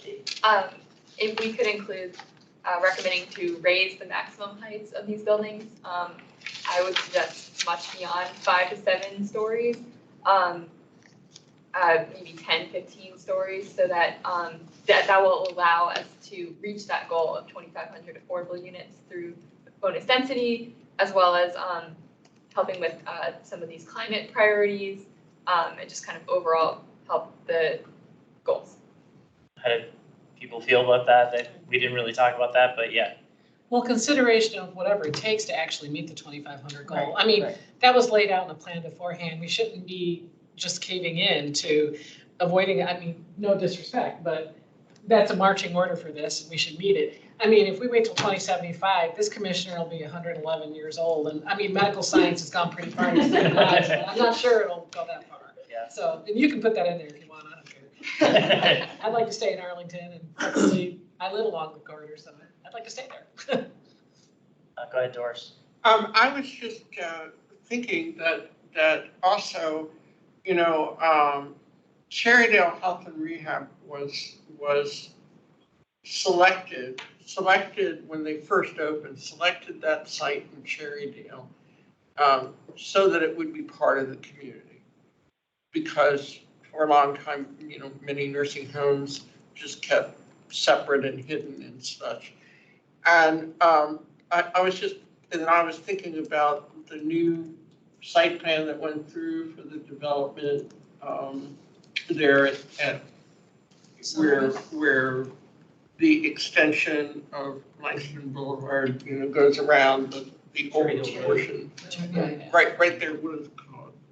It used to be old Cherry Hill Road. there. Cherry Hill Road? Yeah, and so I'm thinking, as we're developing that, also including the idea of some percentage of affordable senior housing that could be built in that area, and people who live in Arlington, seniors who live in Arlington might have an opportunity to stay in Arlington rather than going out to someplace like Annandale or Fairfax or something.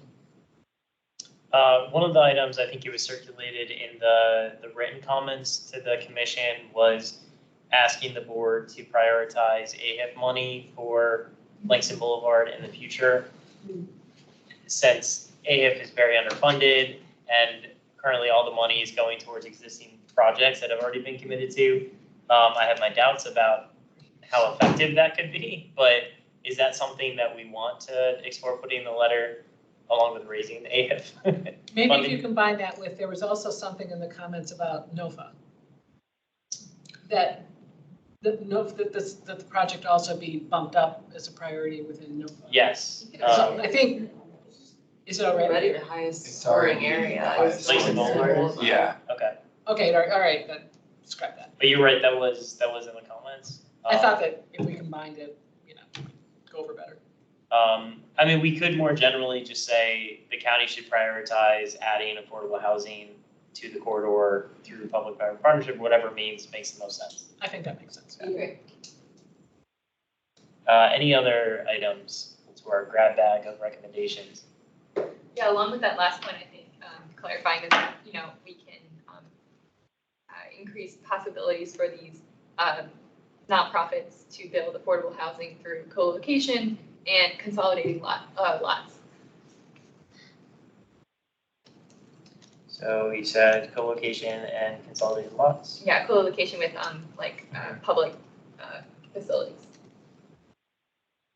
Okay. Anything else?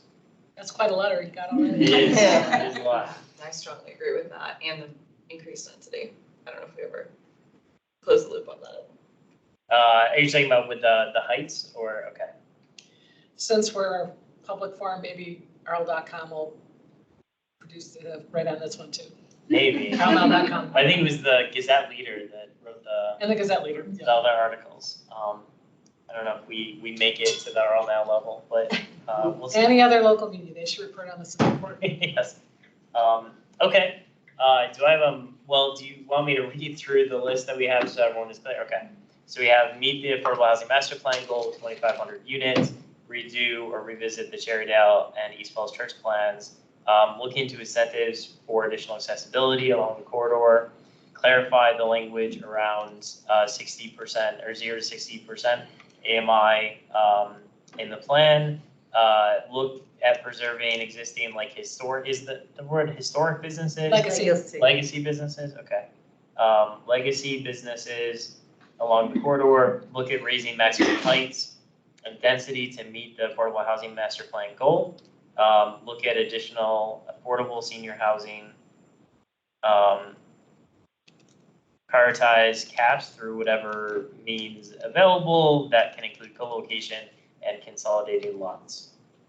One small tweak. Yep. I think under the legacy businesses, maybe that should be like legacy businesses and resources or public resources, because the example you gave of Fire Station 8, for example, that's more like a public resource than a business, but there are businesses. So I wouldn't want to like lose the gist of that if you think that's consistent with your thinking, Mike. It is, yep, thank you. Okay, cool. Okay, and we'll send a letter out so everyone will have a chance to wordsmith. Okay, do I have a motion to? One more question, sorry. Yep. Do we think we should include a specific number for the height, maximum height that we think should be allowed? I personally am wary of proposing a number without having dug into all the details about that. So I think just saying we think whatever would get you the units that we're looking for, and leave it on staff to figure out exactly what that should be. That would be my recommendation. I agree with that. Okay. Likewise. Okay, do I have a motion to? So moved. Thank you. Do I have a second? Second. Okay, let's do a roll call. And so this is to approve a letter to the county board outlining our recommendations for the, I guess it's the draft plan Lakeson Boulevard at this point until it's advertised. I don't know. Okay. Excuse me. So I guess I'll start with myself. I vote yes. Commissioner Montgomery? Yes. Commissioner Surface? Yes. Commissioner McGilvray? Yes. Commissioner Edwards? Yes. Commissioner Heminger? Yes. Commissioner Norris? Commissioner Wagner? Yes. Commissioner Brown? Yes. Okay, it passes unanimously. Great. Well, thank you so much to, oh, go ahead, Mike. Could we send a copy of this to the planning commissioners as well? The letter? Yeah, because I know they we can copy typically ask like, hey, what did housing say? So maybe we could just brief them on our letter, it might be helpful. Yep, make sure I'll include that. And thank you very much, staff, for your presentation, taking the time to answer our questions. Thank you. It's very helpful.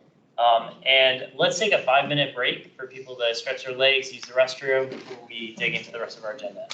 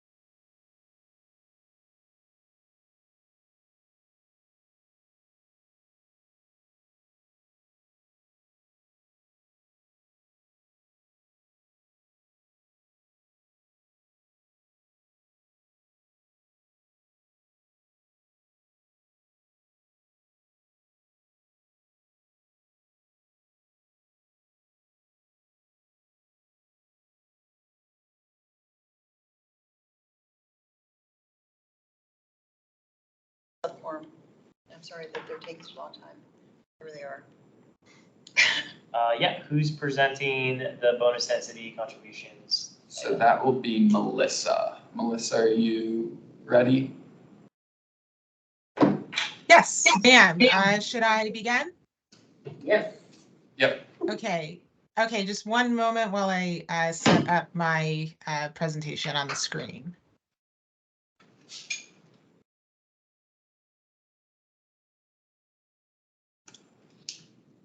Okay, can everybody see that? Yep. All right, well, thank you. Thanks for having me tonight.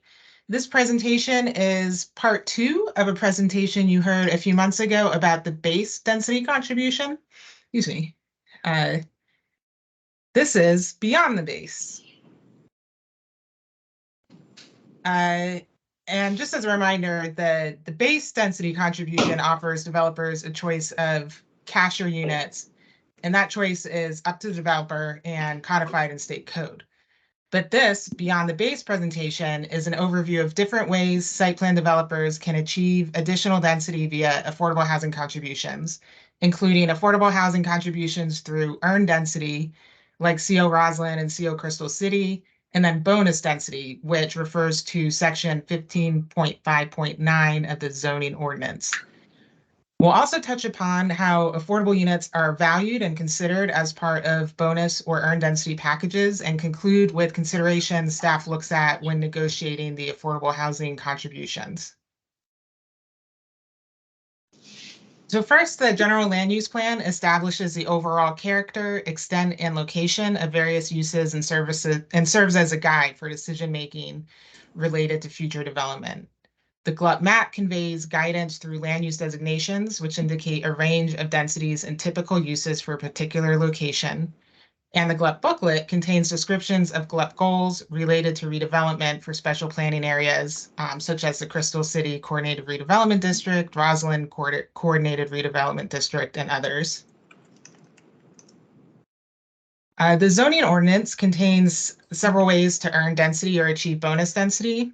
And this presentation will talk about section 15.5.9 of the zoning ordinance, or what is typically considered bonus density provision and is actually being utilized for the next agenda item, the Bingham Silver Diner site plan.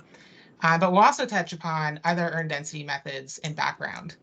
So for example, in addition to 15.5.9, the zoning ordinance has several special districts, which I did touch upon in the previous slide, that provide specific guidance on how additional density may be earned, typically connected with a county board approved sector plan or small area study.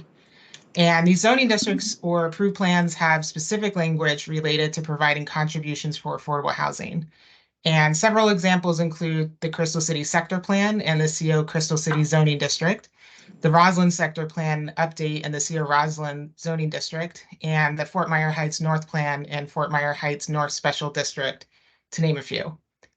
In addition to the bonus density tool and special zoning districts, site plan developers can also achieve additional density through GLUP changes.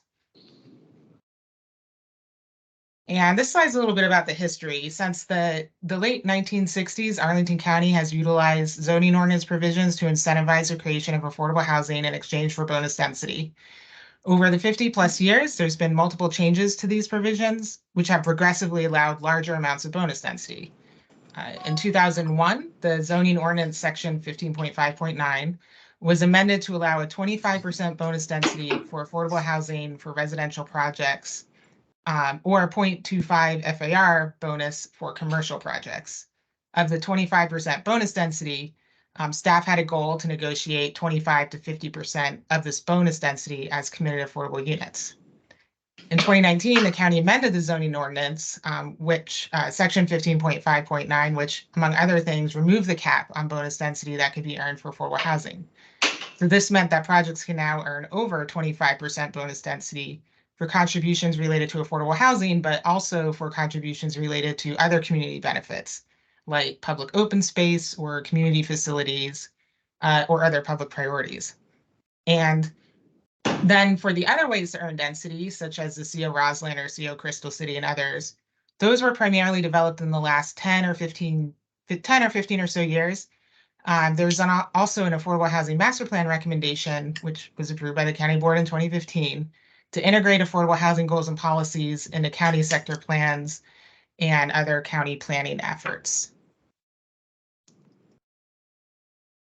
So additional density is negotiated solely in response to the applicant requesting this additional density, which then per our ordinance must be earned. So once requested, community benefits packages are proposed, with affordable housing being one component of the package. And this package is a proposal by the county manager, which ultimately would be considered by the county board for approval. So the value for affordable housing takes into account affordable housing goals, as well as other plan goals, such as transportation, open space, and others. So in other words, an affordable housing value is assigned as part of the total community benefits package. And the total community benefit value is often acquired through the use of an appraisal. So in regards to other community benefits that are achieved, for example, in the recently approved Joyce Motors site plan, that included full preservation of the Clarendon Barbershop and funds towards open space and transportation planning in the Clarendon area. And that's actually a picture of the Clarendon Barbershop.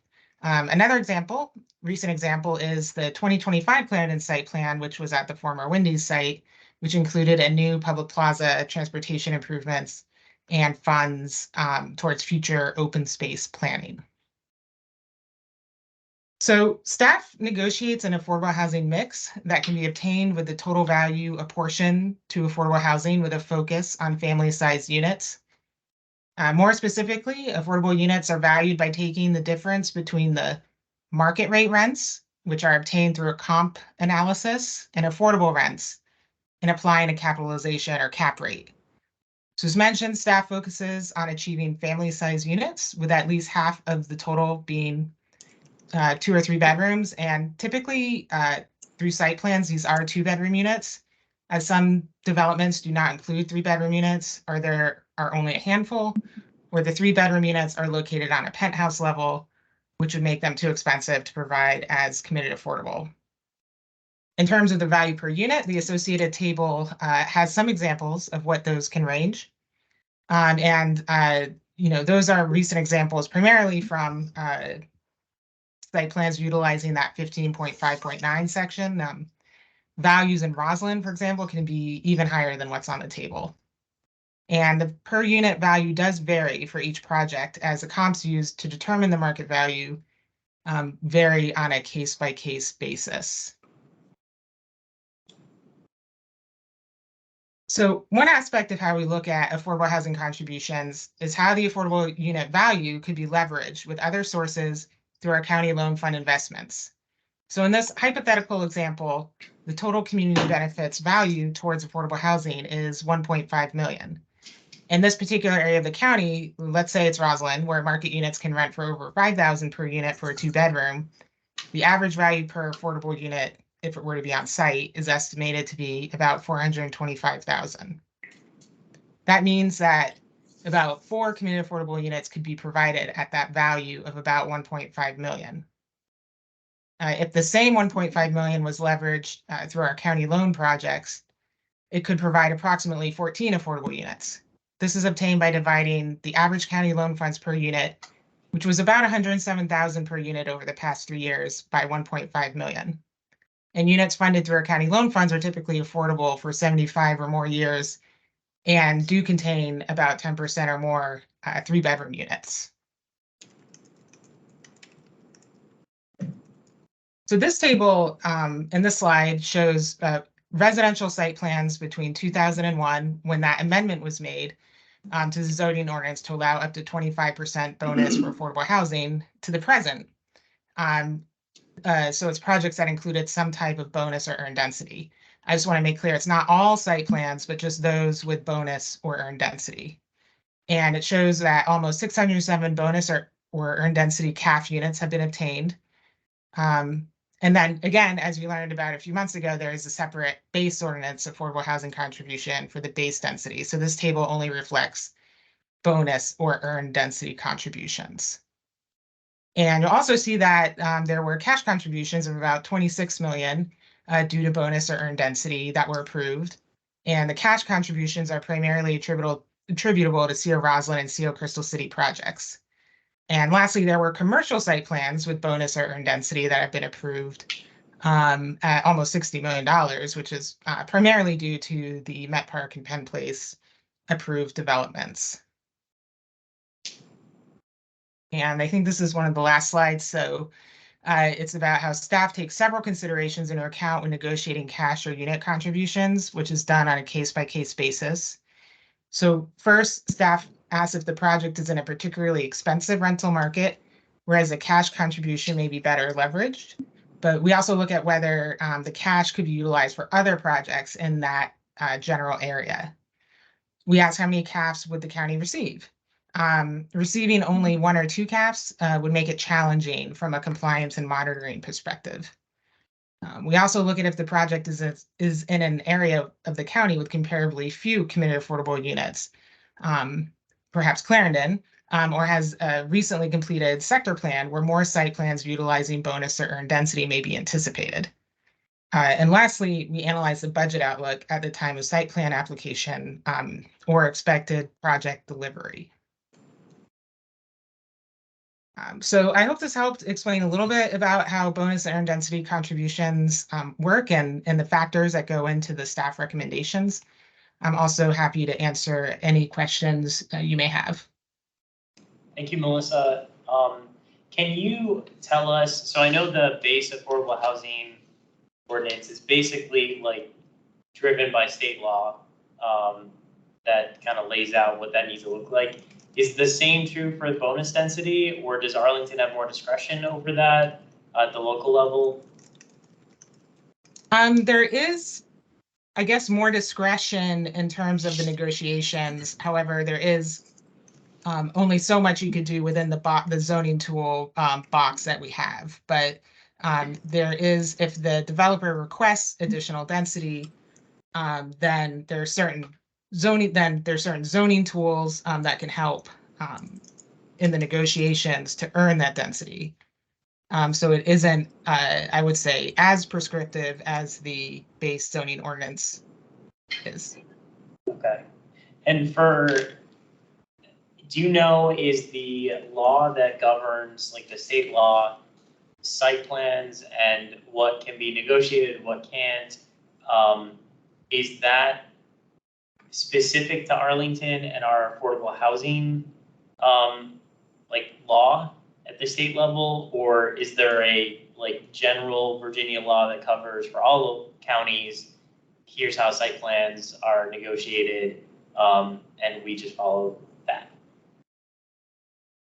So if I'm understanding correctly, with the base ordinance, it is my understanding that that really is applicable to Arlington due to our structure of government. And I don't know enough about your other question in terms of how we earn bonus and earn density. That a lot of that is outlined in our general land use plan, and those special districts lay out the zoning tools to help achieve that. Other localities may have similar type tools, just not sure.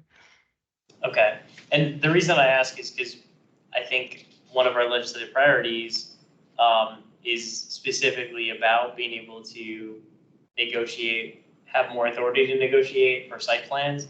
And I know one of the things we talked about was the board's not ready to endorse changes at the state level to our affordable housing law for Arlington. And if that authority is part of that law, then it's likely that the board would not be receptive to this legislative priority either. So I'm trying to see, is that one and the same, or are we talking about two different authorities that come from different laws at the state level? Yeah, I think it's two different authorities. So the base ordinance, that one really is, would enable, would require state enabling legislation. Our bonus and earn density is more local, and I think changes to that would be local county board changes. Okay. Other questions? Yeah, go ahead. When you all arrive at the sort of the allocation of the community benefits package, do you all disclose that to the developer? like you say, we're valuing this park contribution at $500,000, and so your affordable housing is 1.5 million, and we think that's 8 units. Is that, I mean, do you get that precise? And Yes. Okay, can you share that with us so that we could know, okay, staff thought that among all these community benefits, this is what housing was in this particular situation. Yes, so there was a slide that did have kind of the ranges of the value per unit for affordable units. And so usually it's there's a total value, and then it's a negotiation between, how many units can that total value obtain, and also based on the unit mix. And then generally, the developer and county staff would agree on that number. But I think as the next site plan will show too, I can give you some of those total numbers if you like, when we get to the next item for the Bingham Silver Diner site plan as well. And I think, Melissa, as part of that, like I remember this came up during Amazon's, what was that, Penn Place development, that there were a lot of questions around what was the value of like the school that was being put in, and what was the trade-off with the affordable housing contribution. And I don't think we got a lot of specific answers on how that overall calculation was developed, just that like, this is what staff feels is what's best for this project. Is that level of detail something that the county can provide when it provides briefings to like the Housing Commission or other commissions? Melissa, let me jump Yeah. in, and because I got a long history with this. Sure. Over the years, housing commissioners, planning commissioners, and people in the community have wanted to know more about the negotiations as they're going on. And what I want to just bring to your attention is that, although some staff are involved in that work, they're doing it on behalf of the board. And so that negotiation is between the board and the developer in each case. And so that's not necessarily a public conversation. And so we do our best to inform commissions and citizens, as we can. But, I think there's been an interest on the part of many people to, know all the numbers and argue about the numbers. And so I just wanted to just set expectations about that the negotiation is between the board and the developer in each case. And so if Melissa's working on a project, she may know that information, but I wouldn't know it because I'm not working on the project. It's really Melissa's work on behalf of the board, working closely with the county attorney's office, et cetera. So I just want to, set the expectations around that a little bit. So Richard, essentially you're saying if we want that information, we need to ask the board to authorize that it be shared? Yes. Got it. Well, there's, I don't know, obviously after the site, after the staff report is put out and, it's clear what is being discussed, I think, there's an opportunity to talk about those things. But to get into the minutia of, how did you value this and why did you discount for that? I mean, that is basically negotiation. And again, that's between the board and the developer, and we're not necessarily players in that way, and we, provide information to the board as those negotiations go on. But it's not, we can't have 230,000 Arlingtonians at the table at the same time, I guess is the bottom line. It would certainly be challenging. Well, yes.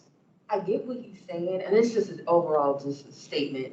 I get what he's saying, that it's between the board and the developers, but the board is, correct me if I'm wrong, a representation of the people. So the people want to have some type of information. You don't have to say, have a whole transcript of how you do things, but if you have an overall, outlook on how things, what was the process, I don't see how that is not possible, being that you are a representation of the people. So it's not, there's no private, you know, I mean, you have your, you know, private conversations, but when it pertains to public information or dwellings, housing, anything that involves the development of Arlington, there should be some type of insight in that process by the people. And I think Richard's point is not necessarily disputing that, but just saying you're asking the wrong person for that information. Like, you want it, you need to go to the board and have them say, yes, publicly disclose all the details and the nitty gritty of the negotiation.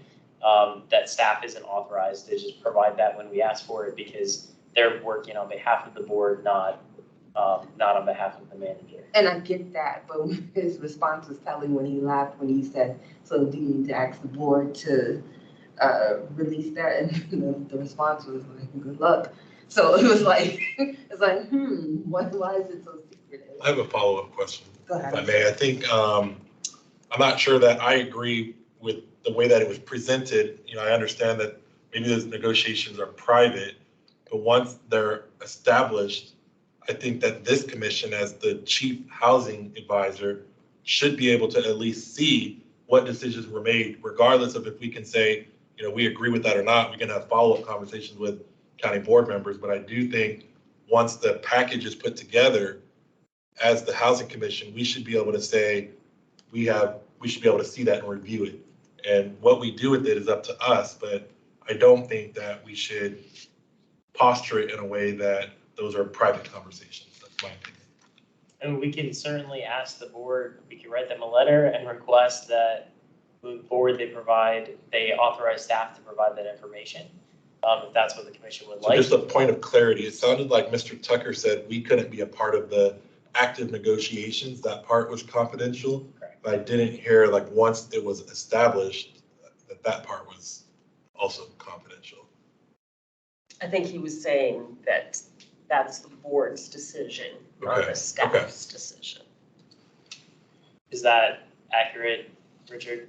Yeah, I think he was nodding his head. Yeah, and I think that there have been those conversations between commission members and members of the community and the board, you know, wanting more transparency or more information. I think that, you know, where we are right now, you know, when the staff report comes out, I think there's a general, this is my characterization. There's a general understanding that there's a pot of money attributable and valued in exchange for the density that's being requested. And then that's sort of divided among various county priorities, right? So Melissa's example was there's, you know, in the one case, $1.5 million worth of affordable housing goods that are to be considered, but there would have been other things like transportation and open space and what have you. And so when the staff report is out, there's an understanding that the overall pot might have been $4 million or $3 million or whatever. Some of that would go towards affordable housing and some of that would go to these other things. So I think that that's what the staff report tells us. You know, now how exactly we arrived at every dollar down to the penny, that may not be evident, but that we're trying to give you the overall picture in the staff report. Thank you, Richard. Other questions, comments? Last thing. We'll go with you and then Paul and then Doris. Very quickly, could we get a copy of your presentation? Oh, yeah, I think, Alex, oh, sorry. I think Alex will post it on the website. It'll be posted to the website tomorrow. Thank you. Thank you, that was great. Doris? Yep. First, I wanted to ask, so this particular site plan, this is a private deal, right? And they're just asking for. Oh, Doris, this was just an example in explaining the bonus density process. Oh, no, but what I'm asking is about the process. Okay. Okay. The question is, when a site plan is a private deal, then the leverage is different, right, for the commission, because if it's one that is going to use AHAF funding, then there's more leverage, correct, in being able to negotiate with them? Yeah, so this was just an informational overview on how kind of bonus or earn density works for those market rate projects. Correct, when developers are seeking our county loan funds, you know, they may seek bonus or earn density, but there's also a lot of other leverage, financial and otherwise, for those projects. So if they're using Arlington County funding, Yeah, the county has a lot more then leverage. there's more leverage for the county. Yeah, and strengths. That's all. Yep, Katie. I would just agree that I would like to see more information on the specific cost breakdown. So if we could submit a request to the county board, might as well ask. We can. Does the commission want to, I mean, if someone wants to make a motion, we can vote on that. I could also just have a conversation with Matt and bring that up. Just start So with that. we can handle it different ways, but, Okay. okay, I'll take that as an action.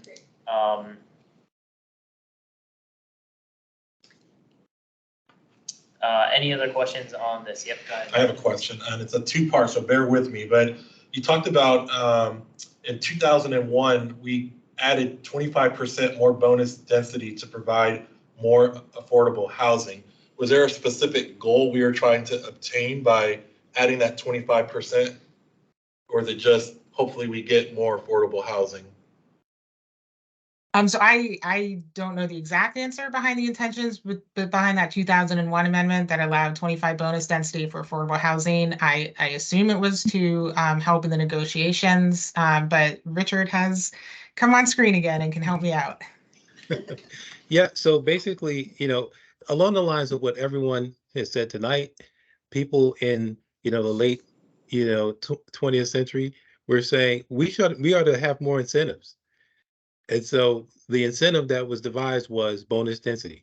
So that was the first time. So up until that point, you could get the maximum density, and that was all you can get for the zoning district. Bonus density was put in place to incentivize more affordable housing and other community goals. And it was capped at 25% because there was I guess a concern that, you know, unlike where we were in 2019, you know, there was a concern about having too much density or unlimited density.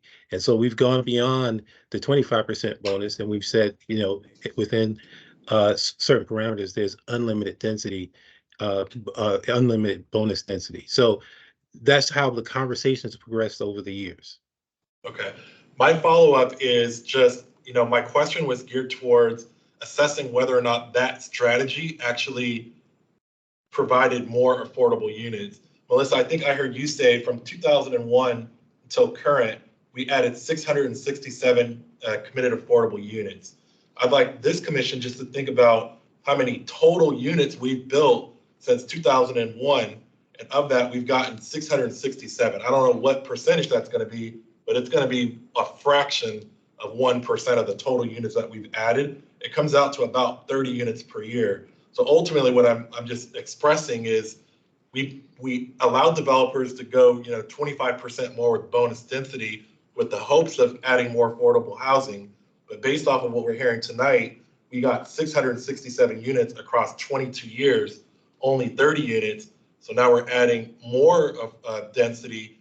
But what I'm saying is the math isn't mathing. We're adding more density, but we're not seeing the return on affordable housing from my perspective, and correct me if I'm wrong. That just on site rather than contributions to the AHIP that then went toward dedicated projects? I'm not sure. I think I heard Melissa say 667 committed affordable units. That would be for those market rate developments. On site. Primarily on site. Yep. Yeah, so I think the 667 was on site. Okay. Not total. Not total, Not total. just the ones in the market rate. Because then there was that millions of dollars, right, in the second part of the table that went toward the affordable housing. They have through the cash contributions, is that correct? But to piggyback on Michael's, the one thing I do wonder if we should look more closely at is there something that we can do to the or recommend to the existing ordinances, since the bonus density is an Arlington thing and not a Virginia legislative thing, that either increases the amount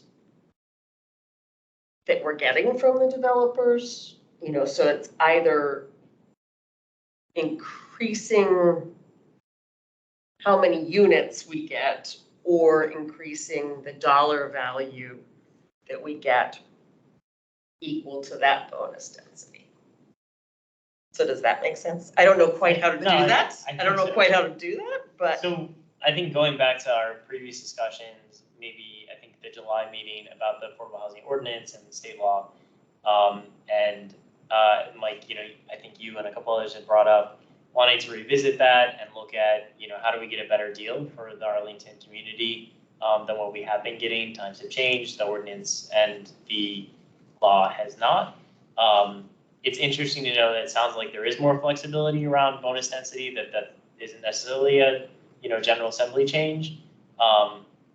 One of the things, and I think I brought this up when I talked to Matt DiFronti about this, he said, because I pitched basically putting together a task force or subcommittee to work with staff to look into, what would we recommend that the affordable housing law should be changed to in the General Assembly, and by extension, our ordinance. And he said, wait until after like the November elections.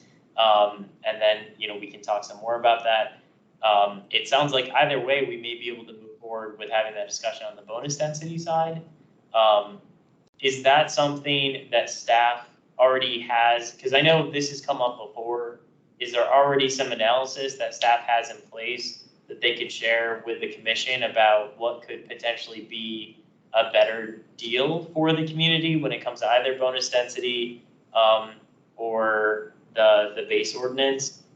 Or would that require a whole new study effort on the part of staff? Well, as it pertains to the base ordinance, I think the analysis has already been done, and that was what was shared with the commission recently. I'm not aware of a analysis related to bonus density specifically. Richard, when you say that information was shared with the commission, I guess I'm not sure what you're referring to. We had the presentation about the base ordinance and how it functions, but I don't think as part of that, we had a specific discussion with staff about how we could make it better than it currently is.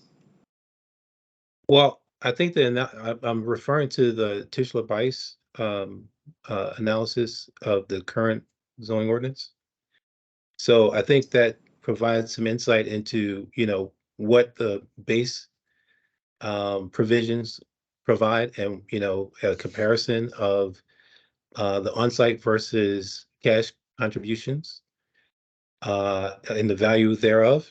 And so I think that's a basis for that. That is the analysis or the information that you would want to know in determining, another avenue or where you would like to go, perhaps with considering the base ordinance, if you could get to that. Again, I don't know how that applies to the base the bonus density. Okay, Richard, I don't think I'm familiar with that. I was sent that document.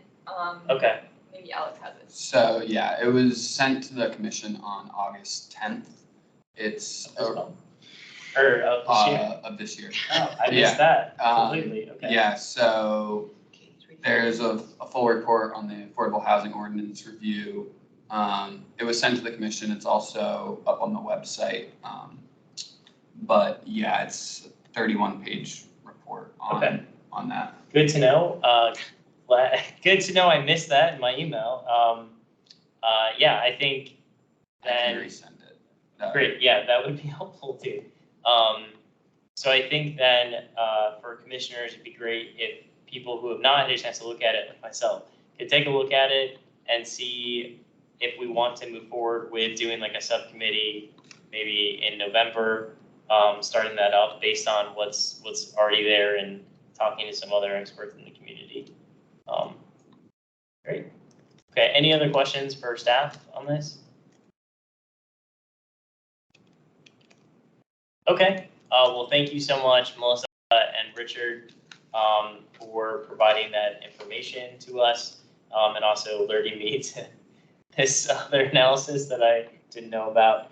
And I think our next item is the Bingham Silver Diner site plan. Yes, and so I was just going to introduce, we have with us David Turner, who's representing the applicant for this. I think he has a short presentation, and then I have a short presentation before turning it back to you, Chair Macbeth, if that's okay. So David, I think you could begin if. All right. Sounds good. I'm Dave Tarter. I'm an attorney with Tarter Nova Law, and I'm delighted to be with you this evening and frankly to hear your conversation earlier this evening about affordable housing. So I represent the developer of Bingham. I'm drawing a blank here. Bingham Center, sorry, the old Silver Diner site. I think you're quite familiar with it, but I'd like to show you a presentation and take you around the site and then talk to you a little bit about affordable housing. So I'm going to try to share my screen right now. And let's see if I can pull this back up for you all right now. Let's see.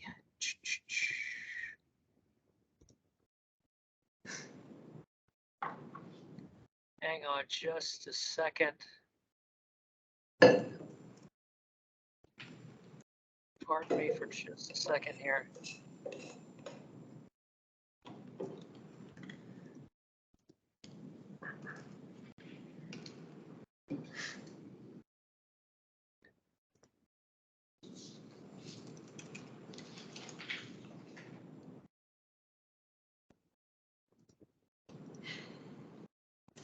Bruno, can you pull up the slide right now? Would you be able to pull that up? I'm having difficulty getting it on screen. I'm talking to our architect right now and see if we can pull that up, if you could share the screen. Do you have the presentation, Bruno? Yes, give me 30 seconds to pull it up. I'm going to ask you just to scroll through it. In the meantime, while you're doing that, I'll cut to the punchline. The county is a great negotiator. I know you all were talking about that earlier, but being on the other end of this, I can assure you that they are very thorough and represent the county and the people's interests quite thoroughly and quite competently. So anyway, we're going to pull up the screen. I'm going to tell you a little bit about it as we're waiting for that to happen. This is the Silver Diner site, and I imagine you all are familiar with that as well. It's a site that's a long time coming. This case and this project have been years in the making. It's a complex consolidation and land swap. And so what's happened is ultimately this triangular shaped property was carved up into two triangles, which we're keeping right now. And let's go ahead and maybe we can pull that up. Can you all see the screen right now? Yeah. Yes. Great. Let's go on to the next slide, Bruno. And Bruno's our architect. He's going to help us if we have any questions about architecture and the like. Let's go up one more. So this is the site. This is Clarendon Circle at the top of the point of the yellow triangle. It is a larger site that was consolidated with a number of smaller parcels and then swapped with the Joyce Motor site for them to have a rectangle, and we've got the two remaining triangles. And so it's been years in the making. It's pretty complicated putting this together, but we're delighted to come before you tonight and explain a little bit more about what we're hoping to do. Next slide. So right now, again, these are probably slides you're familiar with, but it's essentially a 1950s style development with lots of asphalt, lots of parking, surface parking, not very nice sidewalks, limited street trees, street lights. This is the kind of project where you would drive next door instead of walking because it just doesn't feel right. It's dangerous, and we're going to change all that. Let's go on to the next slide. Very dangerous. It's so narrow. So this is just some more of what you know is already there. Let's go on to the next slide. So this is our project, an aerial view. At the kind of bottom across the street, you can see Northside Social. And to the right, you can see our multifamily residential project. And to the left is a hotel. That's right, a hotel, the first hotel in Clarendon. I think the only hotel that might be in Clarendon. So we're very excited about that, to bring some new life, some new activity to this gateway to Clarendon. Next slide. Just a little bit of the details as well. We've got 229 hotel units. Parking is 0.34 ratio. Multifamily residential with 290 residential units, and approximately 16,000 square feet of retail, ground floor retail space. Next slide. So I alluded to this just a moment ago, but the site doesn't really have any streetscape, and it's very tight there. So the areas in green, which amount to about 38% of our site, will be given over to the county for wider sidewalks, proper streetscape, street lights, a new 10th Road North, a new alley. So that's one of the constraints we're trying to work with, or have worked with, is a very tight site that's gotten tighter to the tune of about 38% to accomplish some of the county's long-term goals. And by the way, those things I was talking about, we're going to build those at our expense. So new streetscape, sidewalk, street trees, new 10th Road North, those are all going to be paid for by the developer. Next slide. So this is the sector plan. You're probably familiar with this as well. Next slide. This deals with some of the tapers. We taper along 10th Street North as prescribed in the sector plan. Next slide.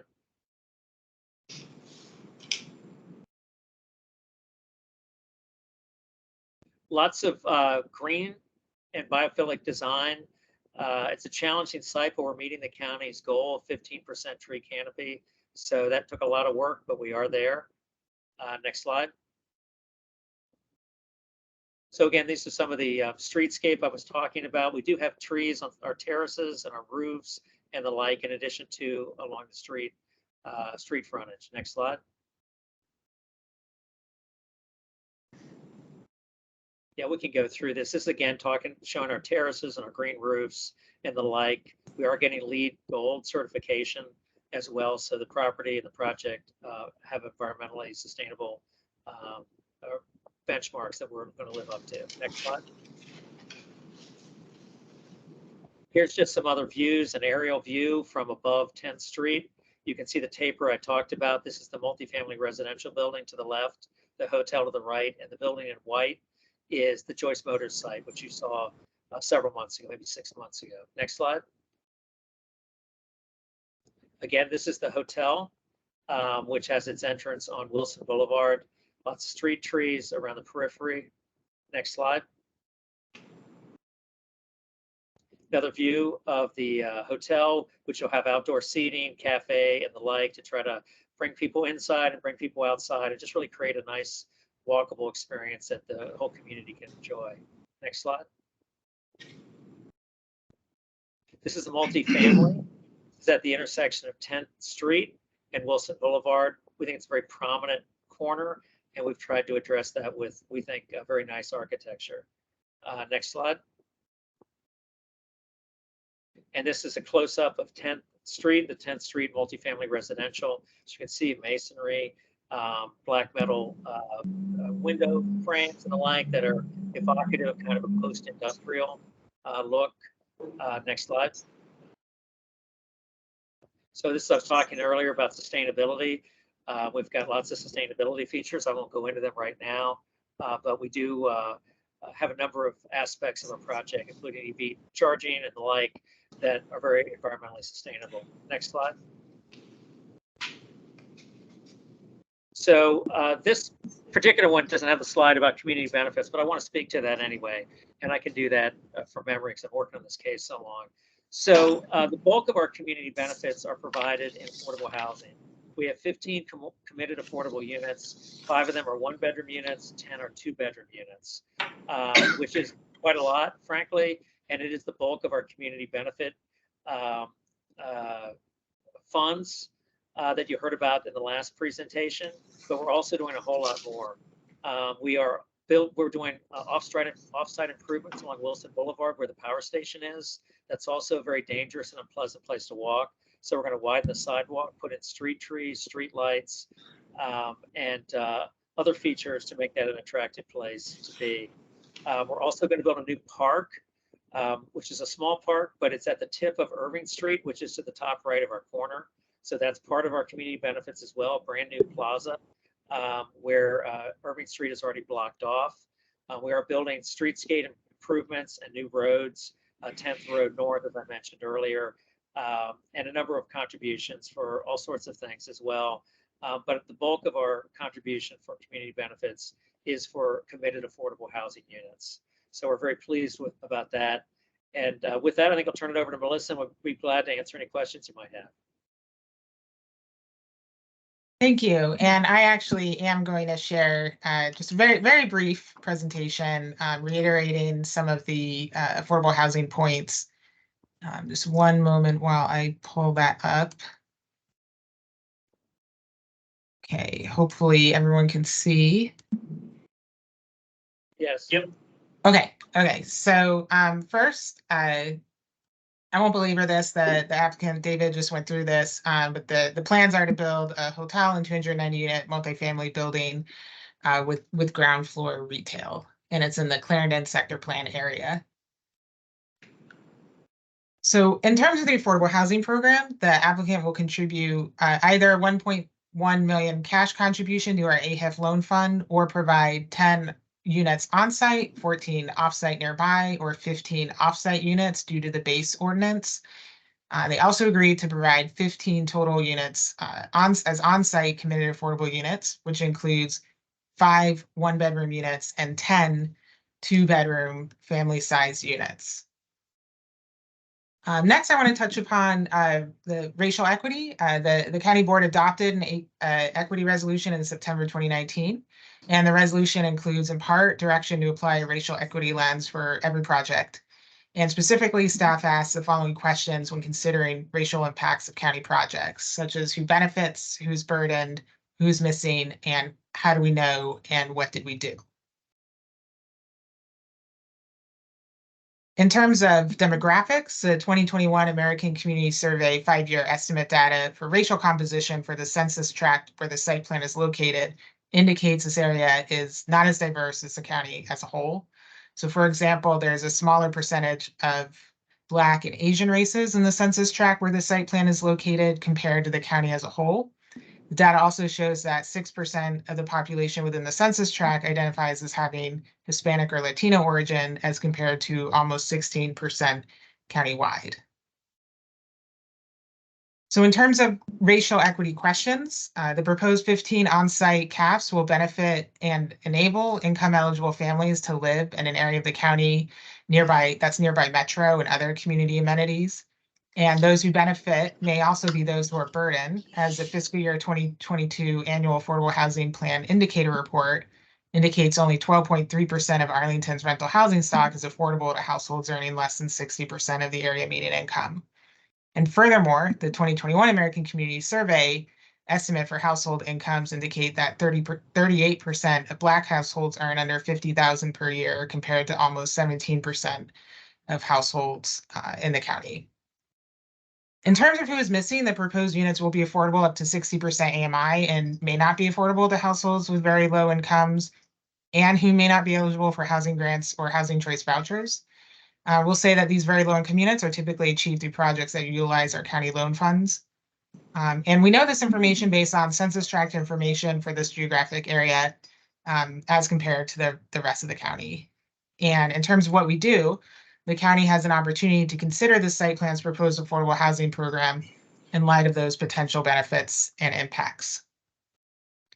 So to conclude, county staff supports the proposed affordable housing program, which again includes a base ordinance contribution of about 1.1 million, or approximately 10 on-site units, 14 off-site nearby units, or 19 off-site units, and an additional bonus density contribution of 15 on-site committed affordable units. So I'll turn it back to Chair Macbeth. Thank you for both the applicant presentation as well as staff presentations. I know there's not a whole lot for us to specifically provide feedback on other than do we like this or not, because as we learned this year, the base ordinance is pretty set in stone, and the bonus density also has a specific calculation. I think it is great to see that there's going to be 15 units on site. That seemed confirmed. Is that absolutely confirmed, or is that just a proposal at this point? For the bonus No, density? that's confirmed. That's a staff Okay. recommendation to the county board for the bonus density. Sounds good. It would be great to see the 10 on-site units for the base ordinance as well. But I know that's not a decision that will be made for some time. You mentioned the park. Is that going to be a like green park or a concrete park with trees in it? So that remains to be, I can tell by your question what maybe you're thinking, but that remains to be seen. Where the developer is going to fund a county-run program to determine what, in other words, we're gonna pay for a plan, a process to determine what that park's going to look like. So the developer will not be making that decision, the county will be. So that remains to be seen. We're hopeful that, there are some trees and green space and the like, but ultimately that decision will be led by a county-run process. Thank you for that clarification. Also, and I assume this probably isn't directly under the control of the applicant either, but the Silver Diner, before there was Ruthie's, there was the Silver Diner as a meeting place for Arlingtonians. That was a pretty central spot for a lot of people. So I know there's supposed to be a cafe or some sort of restaurant, I believe in the hotel building. But I would just encourage the applicant, if there's any discretion they have in selecting tenants for that they think about a similar sort of meeting space and convening space for Arlingtonians to go to that we used to have with the Silver Diner in that spot. I think a lot of thought's already been given to that, and I think the developer has got the same mindset, who and what the hell that's going to look. But I think the notion of creating a space that's, kind of funky Clarendon, that's reflective of the neighborhood and the neighborhood's history, I think is what they're thinking about. Other comments or questions? Go ahead, Paul. A couple of questions. First of all, who is Bingham Center Holdings? Who the people? So the developer, Tom Schultz, is on the call right now.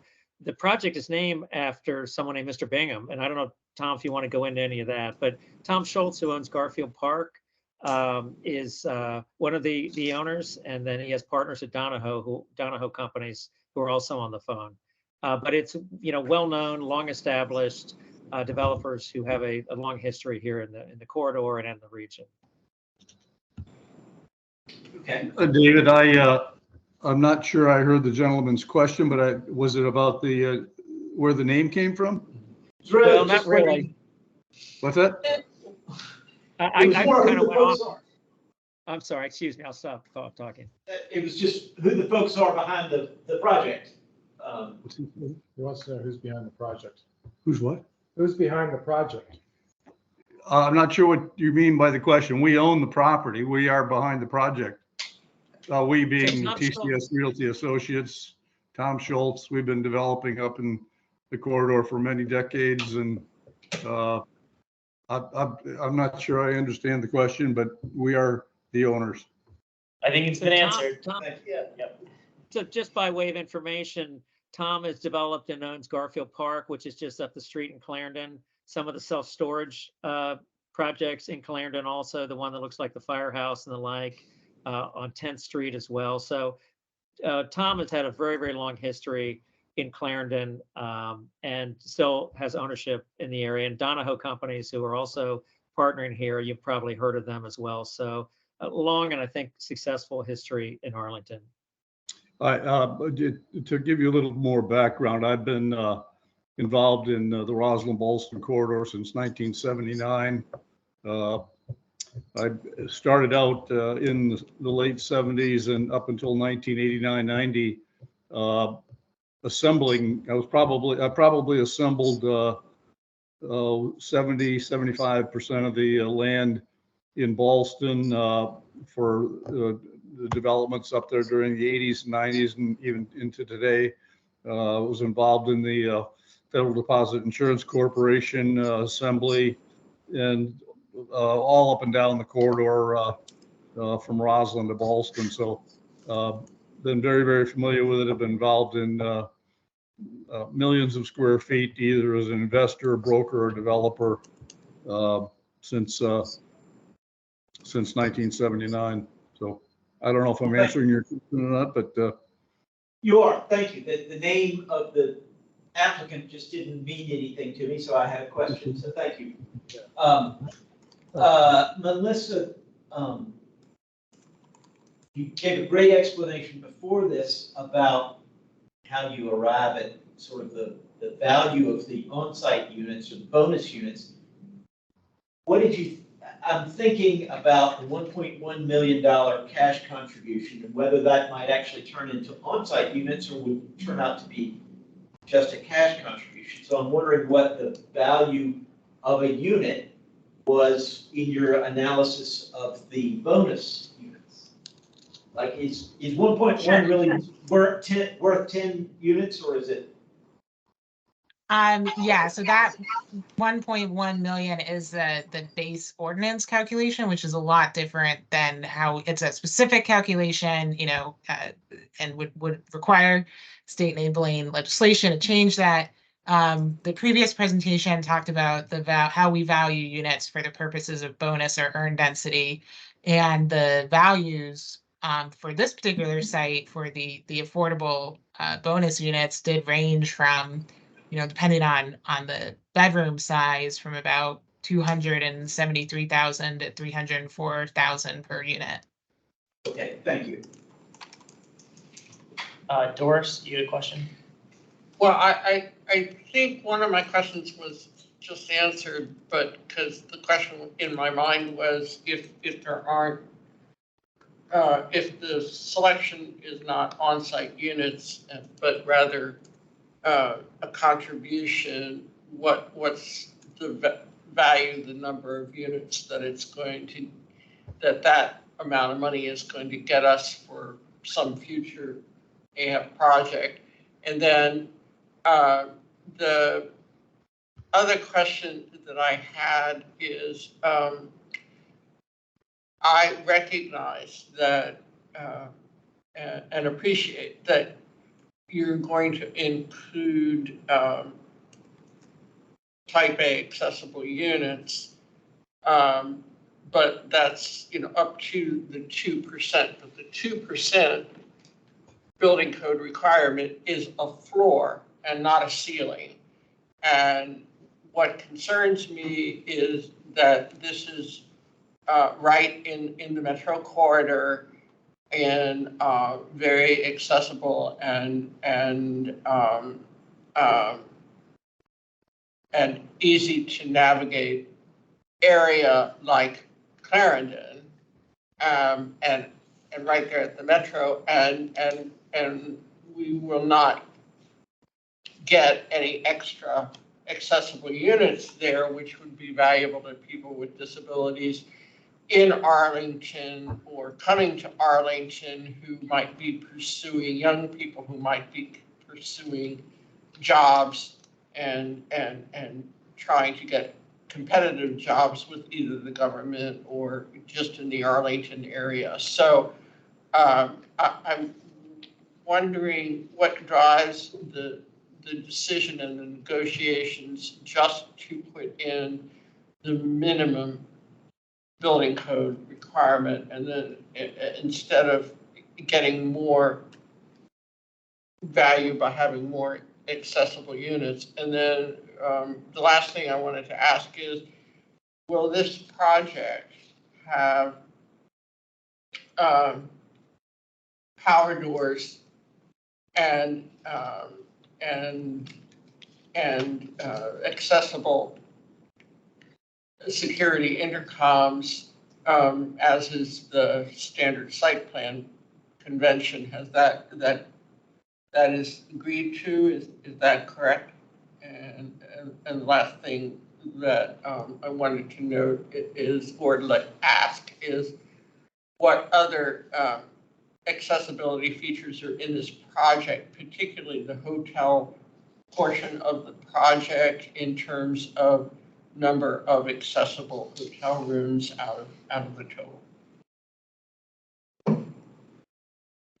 So we do have our architect on the phone, and I don't know if he's able to answer some of those questions. Out of the affordable units, the 15, there are 2 that are accessible. So one of the 2 bedrooms and one of the 1 bedrooms is both affordable and type A accessible. So I'll start with that.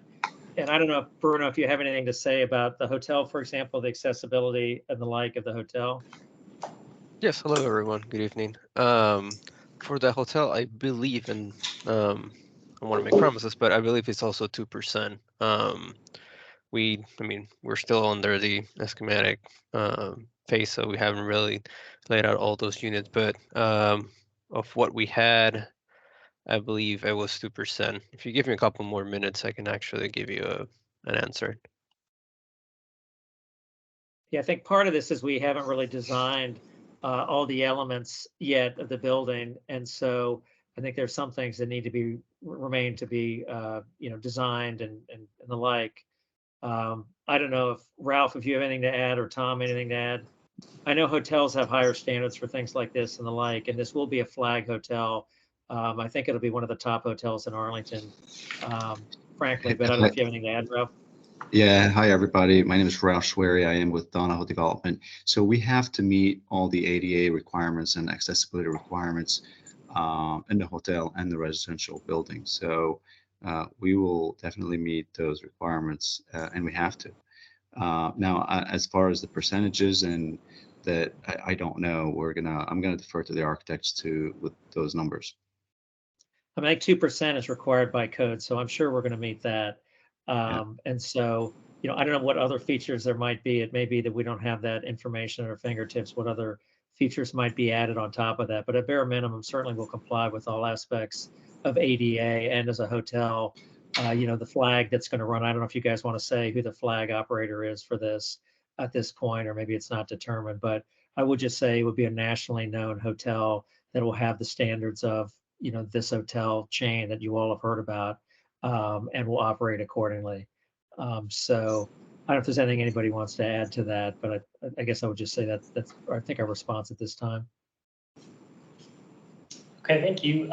So I'm gonna cut off questions there. And do we have a motion? So move. To Recommend approval. Okay. A second. Okay. Do we have any specific things other than just incorporating discussion that we want to add to it? Just, okay, let's go with incorporating discussion. We'll massage the language later. So let's do a roll call vote on a motion to approve. Okay. I'll start with myself. Commissioner Macbeth votes yes. Commissioner Montgomery? Yes. Commissioner Surface? Yes. Commissioner McGilvray? Yes. Commissioner Heminger? Yes. Commissioner Norris? Yes. Commissioner Wagner? Yes. Commissioner Brown? Yes. Passes unanimously. Great.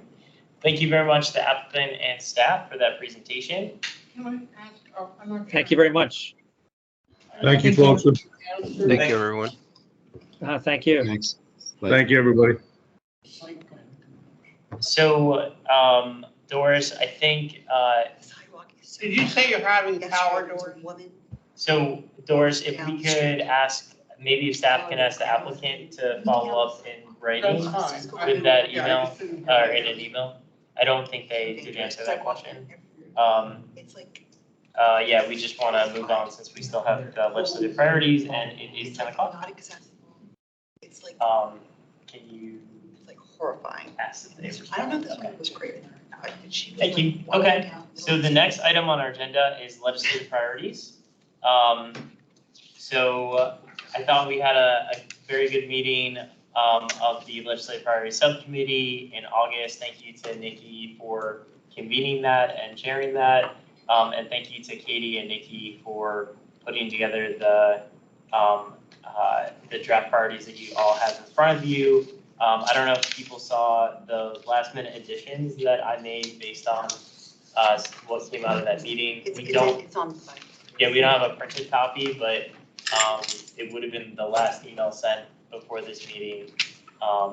So I added 2 additional priorities, which was increasing the required percentage of accessible type A units for new development, and increasing funding for the Virginia Office of Fair Housing and provide state funding for local government fair housing enforcement.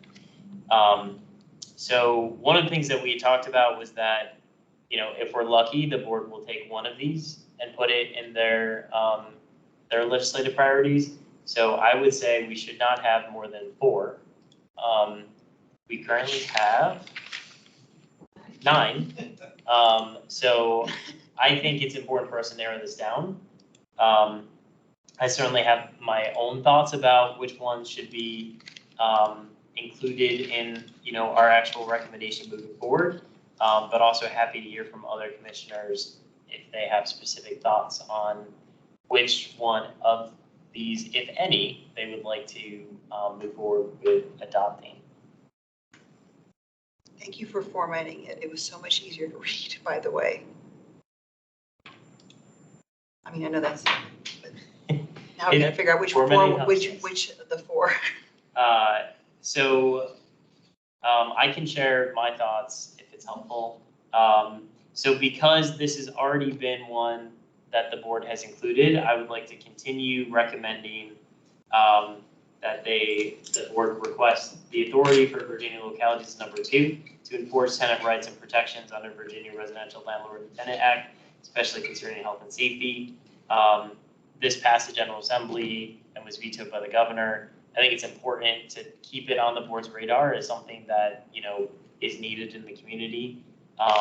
So I would like to have that continue. Then I would say number 4, which is enhance anti-retaliation protections for tenants who form a tenant association, seek to enforce their rights under the Fair Housing Law, VRLTA, and Virginia Uniform Statewide Building Code, or raise grievances to the property manager or landlord. Appreciate the context that's provided in here about the bill that Delegate Lopez had patroned in 2022 that ended up failing. But I think this one is really important because I think we keep hearing from people that they're afraid of retaliation, and that there's a lot of sort of legal loopholes that landlords can do things that are otherwise legal but motivated by retaliation against tenant. So for instance, not renewing the person's lease or increasing their rent you know, by a significant amount. They're all legal actions, but they're technically illegal when done in retaliation, but it's really difficult to prove. So this basically, the bill that Delegate Lopez had put forward said that if those actions are happening within 6 months of the tenant bringing up a complaint, the landlord has to prove that it is not a retaliatory intent, as opposed to putting the burden of proof on the tenant. The next one that I would recommend is number 6, establish a Virginia mold remediation fund and provide free mold testing to Virginia residents. I think this is one that, again, we've heard a lot over the years of both Tenant Landlord Commission and Housing Commission that mold continues to be an issue. The only way for tenants to currently enforce their rights under the Virginia Residential Landlord Tenant Act is to sue the landlord if they're not taking care of mold issues and doing the mold remediation. This provides a workaround for the state to get involved and provide that free testing so that they can take the test results to the landlord to get action. And if they don't address it, then it allows the state a mechanism to do the mold remediation regardless. And then the last one, so my 4th one that I would recommend would be increasing the required percentage of accessible type A units for new development. So that was something that during our meeting of the subcommittee in August, we had disability advocates who said that they were planning to request a 10% requirement. Again, I'm not super comfortable with putting a number on it. I'd rather just say increase it beyond 2%. But that is something that we've continually talked about and we've heard from Doris during a lot of our site plan discussions and our meetings. So those would be the 4 that I think best represent sort of the needs of our community and what I'd want to see the board put forward, given, you know, trying to put a limit on what we're recommending and knowing that we can't recommend them all and that they would probably only pick one, if any. Thoughts from others? So just to clarify, you were doing 1, 2. So I recommended 4. 2, 4, 6, and 8. Oh, it's that's funny. It's not intentional that they're all the even. Okay. And I will say, so 1, I think with a bit more clarification, that seems wrapped up in the affordable housing law, which it doesn't look like the board wants to touch now. So I think that could be saved for our subcommittee or task force effort. The general district court's receivership one, I just don't think it's as high of a priority. The compensation for tenants whose units have been condemned, I think that's a great one. I just think that that's a less likely scenario. Like, it doesn't happen as frequently. When it does happen, it sucks a lot, but I don't see that as big of an issue as some of the other ones. Number 7 is similar to the mold remediation fund, but this is just adding it to the building code. I felt like the fund was a better way to address that than adding it to the building code if I had to pick between the two, because I knew that I wanted to include one of the mold ones. And then number 9, which is increasing funding for the Office of Fair Housing at the state level, as well as providing funding for local governments. I think that's great. I just had to cut somewhere. That was one of the ones that I got. I like your 4. Like selling your children, though. What'd you say? You're like selling some of your children. I know, right?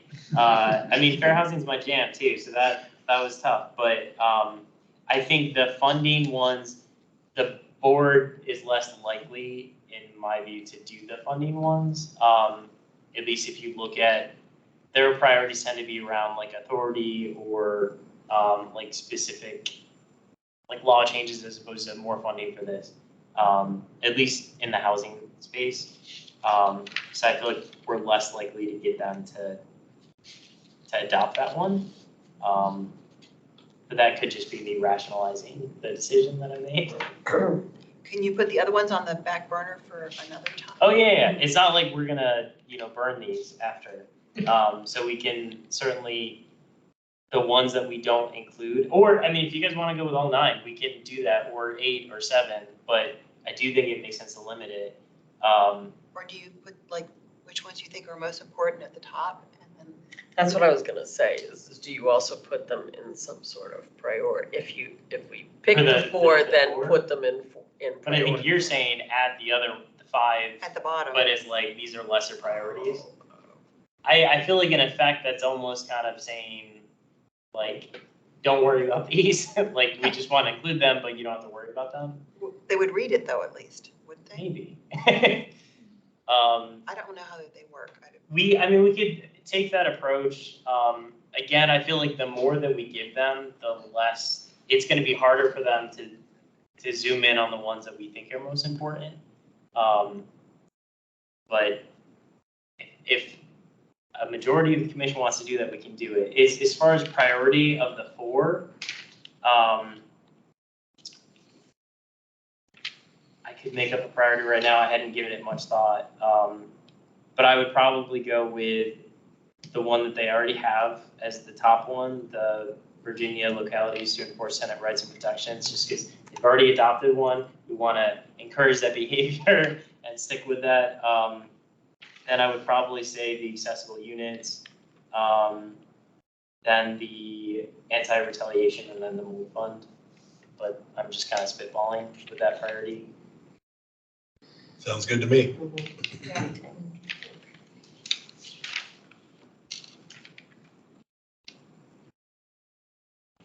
Okay. Any other discussion or thoughts? Okay. It's going quick. Okay, do I have a motion to adopt the 4 priorities that we just discussed? Motion. Do I have a second? Second.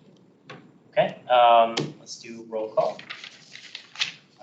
Commissioner Macbeth votes yes. Commissioner Montgomery? Yes. Commissioner Surface? Yes. Commissioner McGilvray? Yes. Commissioner Heminger? Yes. Commissioner Norris? Yes. Commissioner Wagner? Yes. Commissioner Brown? Yes. Okay, great. It unanimously passes. Thank you so much. And development updates. Okay, so I have a quick update for you, and then I have, as I mentioned earlier in the meeting, a few meetings that I'm hoping to get some representatives for. So, share this real quick. Starting with a verbal update,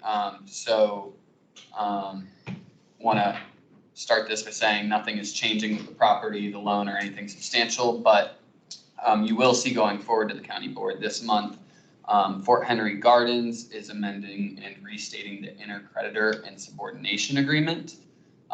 So staff is recommending approval of this amended and restated intercreditor and subordination agreement with Community Housing Capital for Fort Henry Gardens Apartments. Fort Henry Gardens is refinancing its first mortgage with the current lender, Community Housing Capital, to reduce its interest rate from 7.5% to 5.7%. So it is a $6 million loan for a 4-year term and is intended to be a bridge loan while the borrower continues to explore renovation and redevelopment options for the property. So there are no new county funds required for the proposed action. And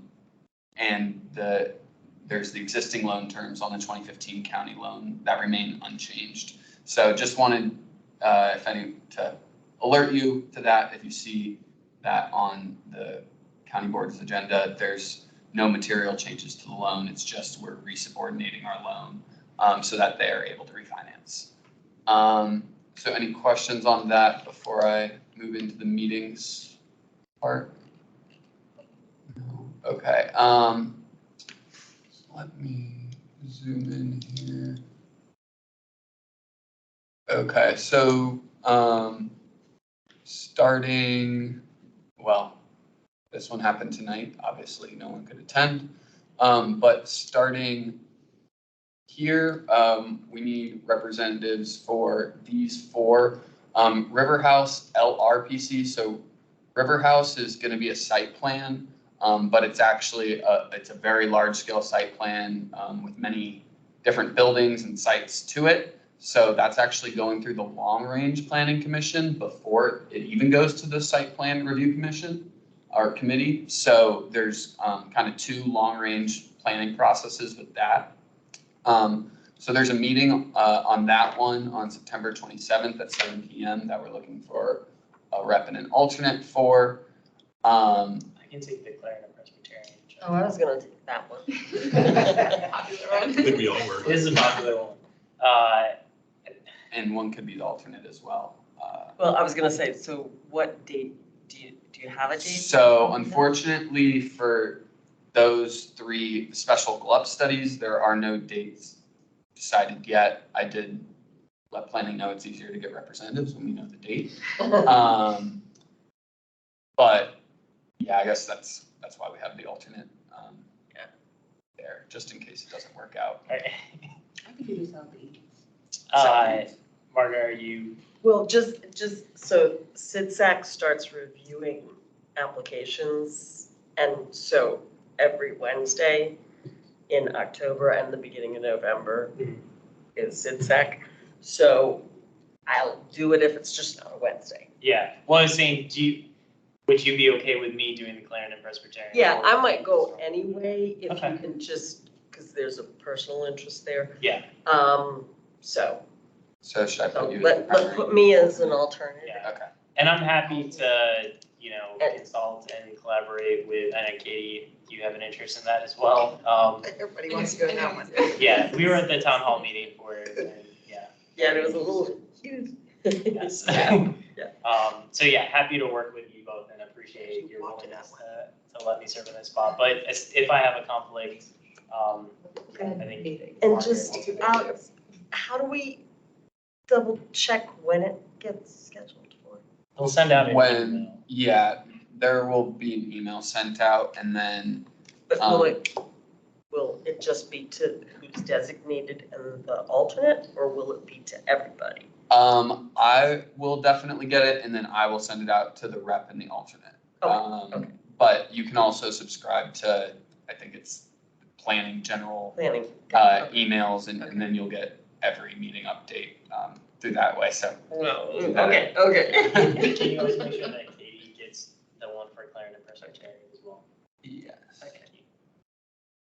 And then I'll legitimately volunteer for Millwood. Okay, Melwood. And then I would also add, these special glove studies, they are something that precedes the SPRC. So it is another way to really get the foot in the door early, and affect what the policy is gonna look like for that study area. So we have Margaret for Melwood. Is there anyone that's interested in the River House Long Range Planning Commission? That's River House is. So that is, it's like a little north of Crystal City. That's where the units are, that they're. Yes, there are some off-site units at River House that we heard site plans about recently. JBG submitted a few site plans that they brought forward, where they were doing off-site units at River House. Oh, okay. But they are looking to redevelop Oh, the broader site. Yeah, we heard about, The yeah, one, like up the hill. You see them. I can't. So it's make up that. the hill from Pentagon Road. Exactly. Okay, Yeah, okay, but yeah. Pentagon Road is 395. Okay, well, okay. I can Do we have a River House volunteer? Start. Okay.